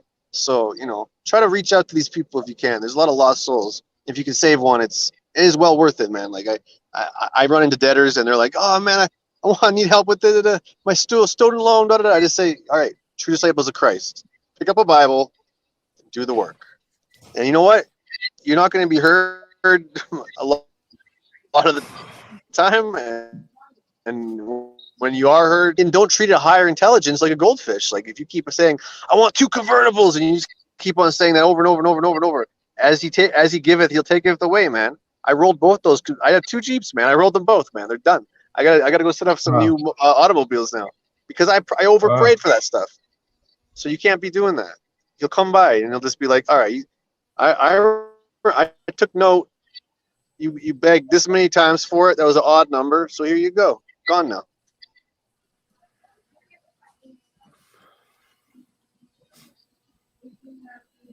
And when I was in that jail cell, I was like, yo, man, should never have been smoking. My lungs hurt.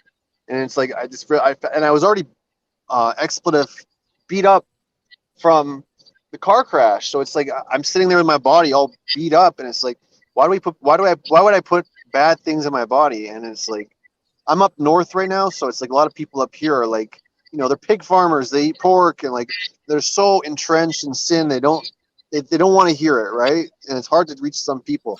And so, try to know where you can help and know where you can't help, because not every soul can be saved, man. Like there's some people who really like their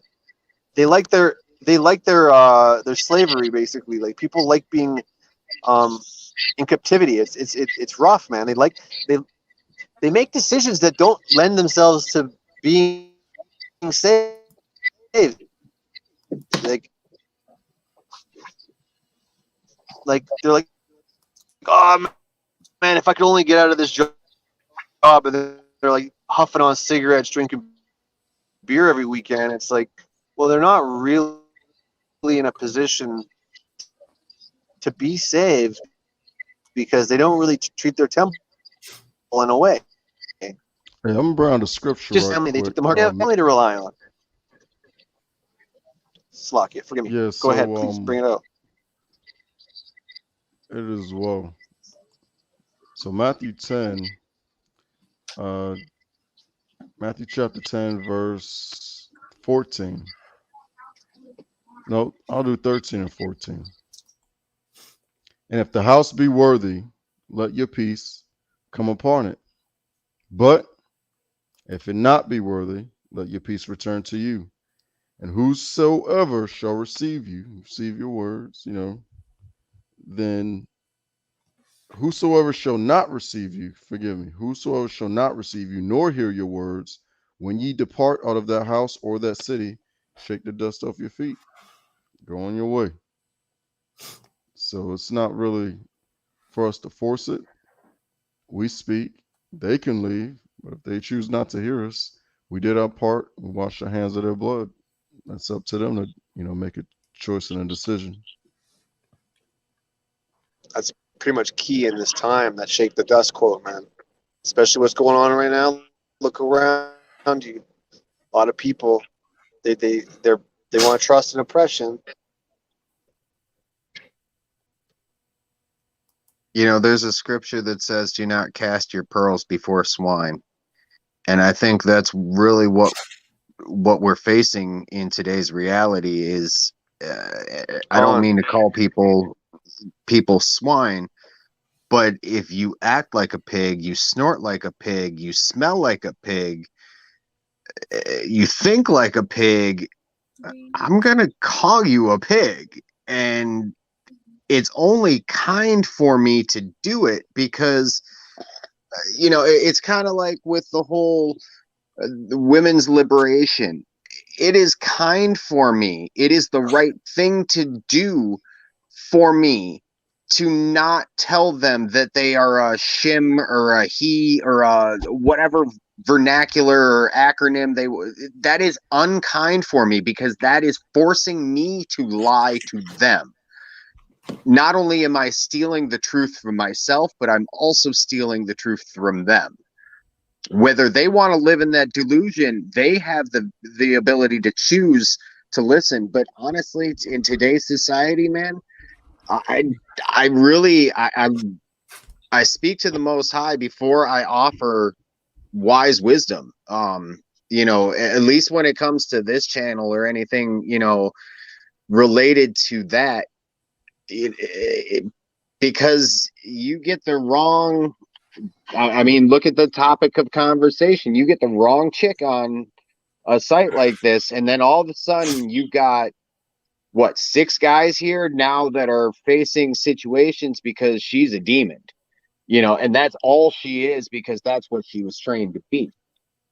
And it puts us in a position where we're not safe, and it's not a wise position to do.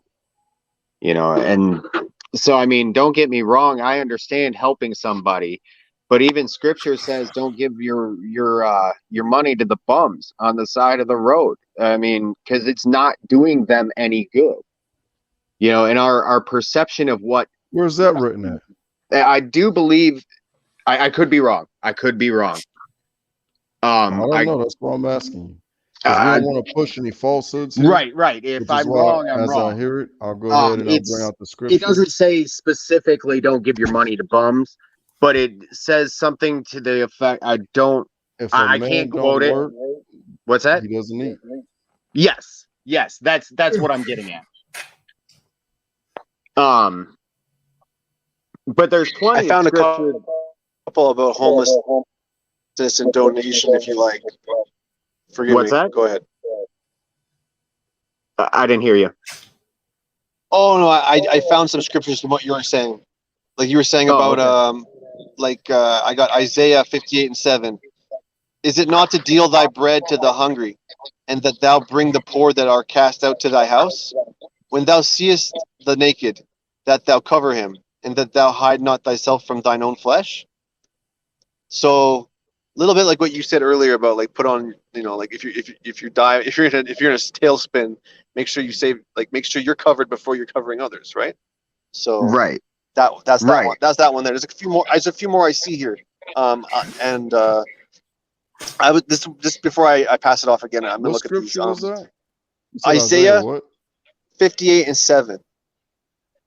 And I just wanted to say that one about Hamashiach, where he's talking about it's not what you know, it's not what you don't get corrupted from what you put into yourself. It's what comes out of us. So like just because a debtor is a certain way, don't let them bring you down to their level, because that's kind of where the world's at. And so like it's easy to get kind of lured into a debtor argument, and so just try to be above that kind of stuff. Right. I agree. I absolutely agree.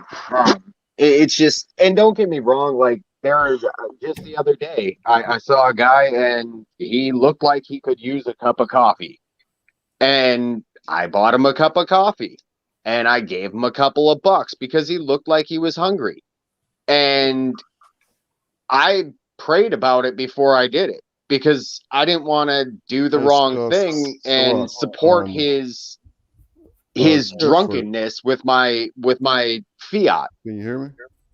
What's that? Okay. Okay. I can hear you, General. Yes. Go ahead. So that 58:7 is dealing with what he said about specifically, you don't you don't help someone else and you yourself, aren't straight. That's what he's talking about in Isaiah 58:7. So like if you see somebody, who is cast out, you know what I'm saying? And when you see someone who's naked, it doesn't make any sense to cover someone else who's naked and then you're going to be naked after you cover them. So that whole idiom about like take the shirt off your back really doesn't make any biblical sense, does it? No, it makes sense. It's just this is the wrong precept to relate that to. That's all. Because this is talking about something else inside 58. I had spoken about that earlier. Basically, the whole principle of you got to put your own mask on before you can help anybody else on the plane. Cool. I'm about to I'm kind of not following. I gotta be real. I got like just to kind of like, I've not been doing that lately. I've been helping people, and to the point where I'm kind of falling apart. So it is real. Like that's happening. Like I haven't been taking care of my health and stuff. Like I don't even have a toothbrush right now after my car crash and stuff. Be real. Like it's kind of crazy. So go get some pine. That's a great idea. Yeah, actually, yeah. I'll go to the bush right now. I'll grab some rose hips or something. Hey, what was that, Benaya? I just said I'm about to KO, so I'm gonna Yeah, me okay. too, man. I gotta get a flight. Oh, to book this flight, Carefoot. I just gotta get a damn train until I get over there, man. All right, y'all. I gotta get going as well. Carefoot, while you're grabbing some pine, grab some mullein for your lungs. Yeah, mullein's amazing. I don't know if there's any right now in my vicinity, but I seen a mullein plant in this town the other day. It's funny you say that, so I know it's around. I have some picked dried in my motorhome. I'm gonna get it I pretty drink shortly that here. tea, man. Mullein tea is good for mucus. It clears up mucus. And the stock is a back serum. I don't know if you knew that. What does that mean, back serum? What do you mean? Like if you have back problems, that big tall stalk from the second year of the mullein. Right. Yeah, it's very tall. I know the what you're back talking about. serum. Throw that in tea. If you have people with like osteoporosis, osteoarthritis, that kind of thing, any back issues, get them into a chiropractor that knows what they're doing and give them some mullein tea. They'll be all right. I need it, man. I was just in 2 car crashes in less than a year, man. I need it right now. Yeah, grab yourself some nettle. There's all sorts of the Most High set us all up, and I assume you're native. To eat them. Anyways, I'm sure there's plenty of people that are around you. I do believe you're up in the Kannickians, right? I'm just south of Alaska and just at the like kind of top of British Columbia kind of thing. I'm doing a winter trip. Yeah, I'm sure there's plenty of people that know what they are doing out there. Anyways, safe journeys. It was a pleasure speaking with you guys. As always, iron sharpens iron, and I feel sharpened today. Peace be with you, Tim. Take care of Thank you, yourself. you guys too. Shalom, shalom.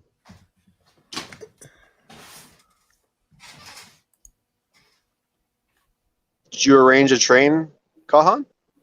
No, I'm about to pay for the flight right now, Perfect. but I gotta it's gonna drop me. I gotta go all the way up to Bay Shore. I'm gonna pick up this BMW Oh convertible. yeah. Yeah. Oh, you got. Yeah, I got it. It's in Bay Yeah. Shore though. Wow. So it's not in the city. It's like up in Long Island. So yeah, man. Beamer, Ben's a Bentley. His pocket's never empty. It's subscribe for the Yeah, scribe. but careful. But I'm doing it under the business entity. I'm doing it under my company's name. I'm using it as a commercial vehicle. I've been on the phone with them all day. I created a commercial insurance for it, so everything's under the business name, so I can establish business credit. Cool. That's good. You got in touch. I like with that. I like right that. people. Can you got to rerun that business credit webinar again because I missed the other half of the thing because my connection dropped Yeah. out. So I want to see that one again. Yeah, I'm doing everything under the business. I just signed this grand tour because I just incorporated the company. Before I was just doing it as a sole proprietor, but I decided to turn it into an LLC. And so just because this is this foundation for me to go ahead and get land. I'm like tired of waiting for these people. So I'll get that loan, finance that loan. So I pay that off. If I have to do the land myself, then I'll just do it, man. I seen some really cheap land on those tax auctions. Oh yeah, at least should be looking at that. At least should be up on that stuff in Texas. It's just that that's like really far away from me, man. But it is what it is. I guess land is land, man.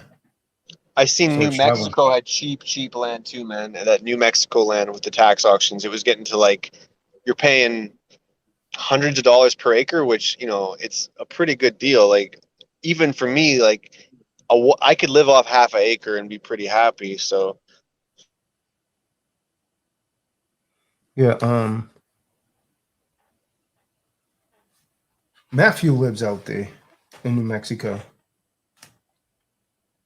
And Matthew lives in New Mexico. I seen a piece of land in North Carolina. It was 25 grand and it had a stream on it. It's like water for life right there, man. Find land with water because the new currency is going to be water. When everything dries up and everyone's like, don't want to use no mark of the beast, you're going to want to have water. That's so key, I think.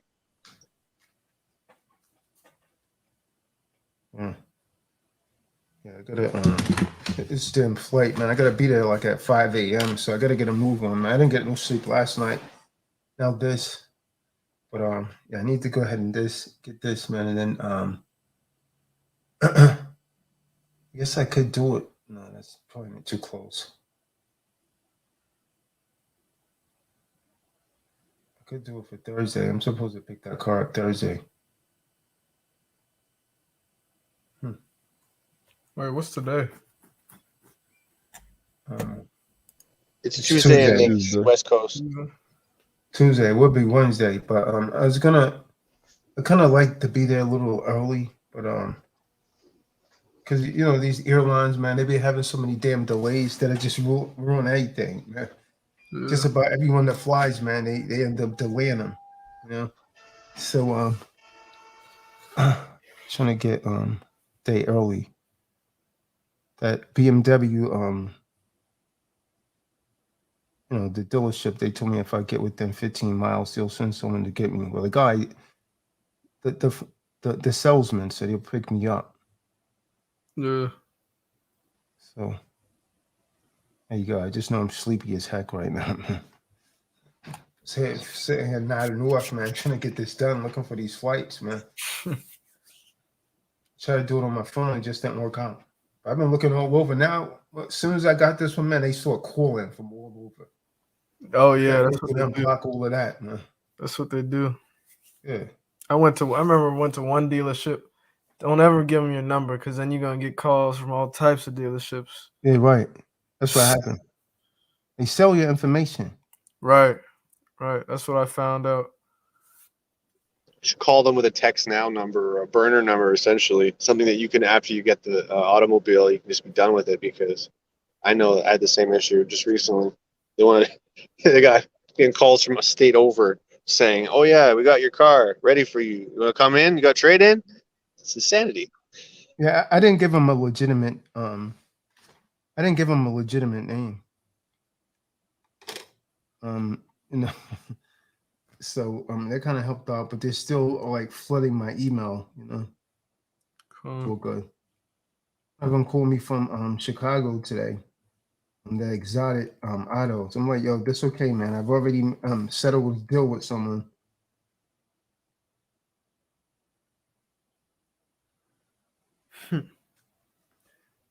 I didn't really want to fly, man. I like to avoid flying where I could, but since this damn COVID, the rental cars won't let you like rent a car and drop it one way. There's very few of them that do that now. It's just crazy out here, man. Try Turo. Have you heard of Turo? No. And there's not a Turo locally, whatever that is. It's like people rent out their own cars. I got like a gift card. I got a coupon in my YouTube, but like basically it's an app and people rent out their own cars personally, and so like the owner of the car will pass you their car keys essentially.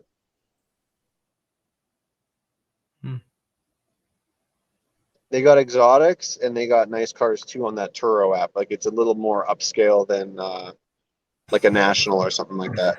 You're on a big on you care for exotics, man. That's what I rented. I have rented that convertible. That's what kind of inspired me, man. I want to get this convertible, man. Holy. Since I've been on your channel, I've had 2 convertibles, man. Those 2 Jeeps, man. And I prayed for them hard too, so it came. It's crazy. I didn't even pray for this, man. Scripture say the Most High already know what you want before you pray for it. So just ask one time. Don't ask in vain repetition. That shows a lack of faith. Right. That's what I was. Y'all were talking about prayers. I was just thinking. I don't really get long-winded when I pray. I just say the Most High's prayer, and I already know I'm. It's gonna be done. If I'm right, if I'm following the scriptures, if I'm following the law, statutes, commandments, it's already gonna be done. You kind of you limit the Most High if you keep saying, "Oh, please, Most High, can I get this?" You kind of treating it like a genie. You pray like that. In fact, it told you not to do that. Right. It also tells you don't pray to be seen. Go in private. Cool. Praise be the Most High, man. All right, man. I guess I order this thing, man. I don't really like flying, man. I dislike it. Time is this damn flight, man. It only gives me a few hours. If you got time to book ahead, like use a train because it's scenic and it's safer, right? Yeah, that was taken that would have actually taken a little bit too long. But this is kind of like a spontaneous thing. I just settled a deal today, and I just kind of like want to get it and just be done with it, man. It's kind of getting in my way because I'm doing a webinar this weekend, so it's kind of pushing it real close, man. What you gonna do, man? I'm trying to be like,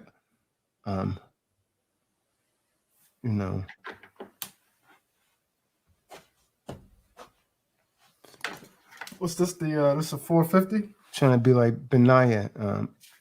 Get 430. 430. 430 The I-Train two-door. yeah, it's a coupe. Got the sports package in it, man. Those 4 Series got the 2 doors, man. That's all I know. They're lovely. Yeah. Yeah, that's the coupe. It's all-wheel drive joint, man. But this one got the sports package in it. Yeah, and you got the sports package. I'm about to look that up right now. Yeah. What color? Black. Black like me, man.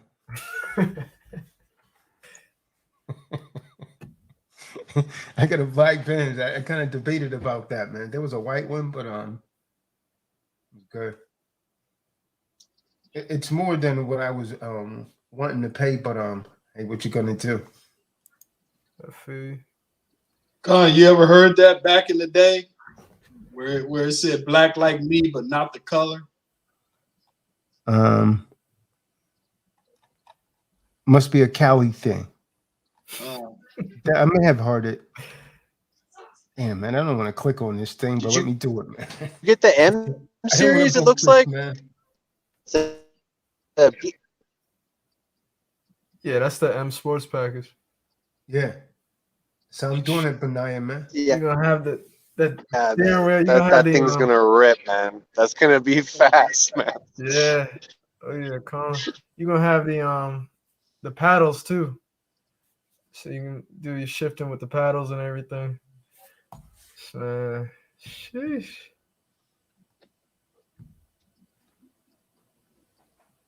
Yeah, it's definitely gonna be clean. I had that 3 Series Beamer once. Like, man, if you put it to the floor, it has like a third setting that's just like it. Yeah, I had a It 3 flies. Series also. I used to have a 3 Series. What the hell is this check-in, man? That's my confirmation.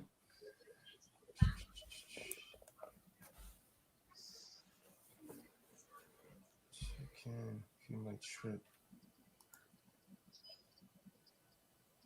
Damn, man, now I gotta get a train. Probably gotta get a bus. Train, man. That kind of sucked, man, because I was just gonna drive, but obviously I can't drive and then drive the car away from the lot, you know.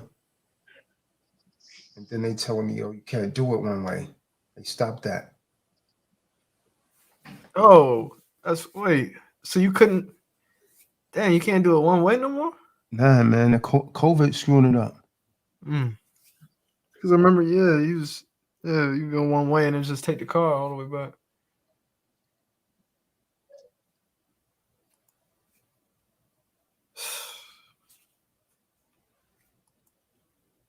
Yeah, that's what I was gonna do, man.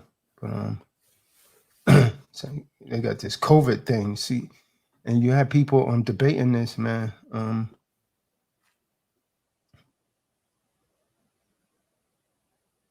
Relax and comfort.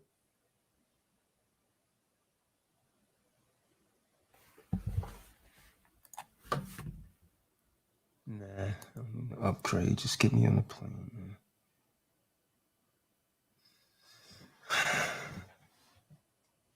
Daryl, what's going on, man? Oh no, I I wanted to wish bring you was up. at that I heard you at that Feast of Booth, man. Con, what was that? Said I wish you was at that Feast of Booths, man. Yeah, I gotta get things together so I can start attending these events. Most High willing, because I don't know, you never know what day that's gonna be. But yeah, earlier when you mentioned, the land thing, I know I mentioned before about some ancestral land possibly, and I don't know how to handle it out there in Florida, because I can see documents on BLM and stuff like that, and I got the names, but I don't know how things got turned around, how the land was, switched around to somebody else being in possession of it, and then I don't know where to go from there. So I need, like, I guess, try to contact people out there, but I guess call Tazadaq's authorized rep. He might know a little something on it. I'll ask him. All right, I'll do that. I think he's trying to get some land also, man. Yeah, that would be the first thing I do is see about, since, you know, you're more on the East Coast, about trying to see, you know, get some land in the hand of our people. So that way you guys will have a place down south, you know, so y'all can, you know, have whatever events, you know, the high holy days, whatever you guys need it for. I don't know if I'd ever relocate out there, but I mean, anything's possible, but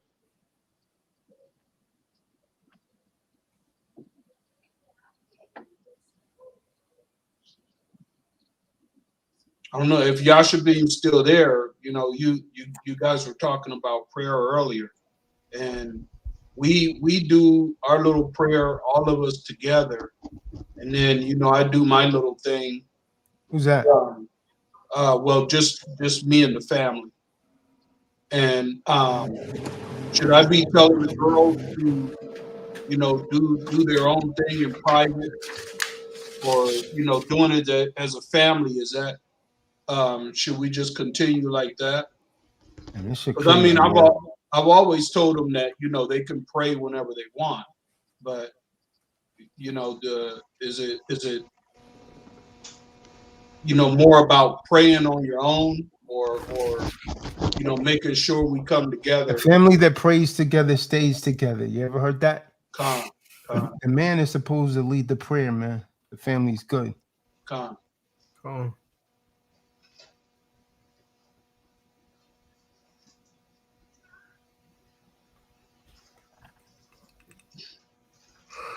And we recommend that you arrive. So this thing is telling me to be there at 4:30, man. Boarding's at 6:35, man. You might as well go there now. I was thinking the same thing. Man, I ain't going there now, man. I ain't that far away. I ain't that far away from it, man. But yeah, that right there is crazy. I don't even have clothes or nothing, man. I gotta stay up and put clothes, and I'm sleepy, man. I was 9 and north on this call I had. I ain't get no sleep, man. Like Tazadaq, he be coming waking me up, man. He jump off his bed and start waking me up when he wants something to drink.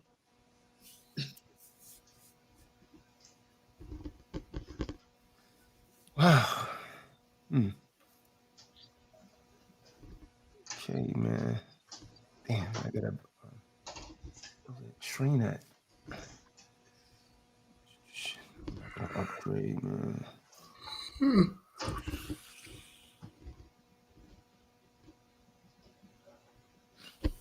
Hey, you can go ahead and stop this live, can't you? Oh yeah, I didn't realize it was still going, man. I thought we was just in the background. That's like discombobulated I am, man. All right, so yo, we're gonna say shalom. Hey Matthew, big shout out to Matthew, man. Shout out to Matthew Grimes, man. Shalom.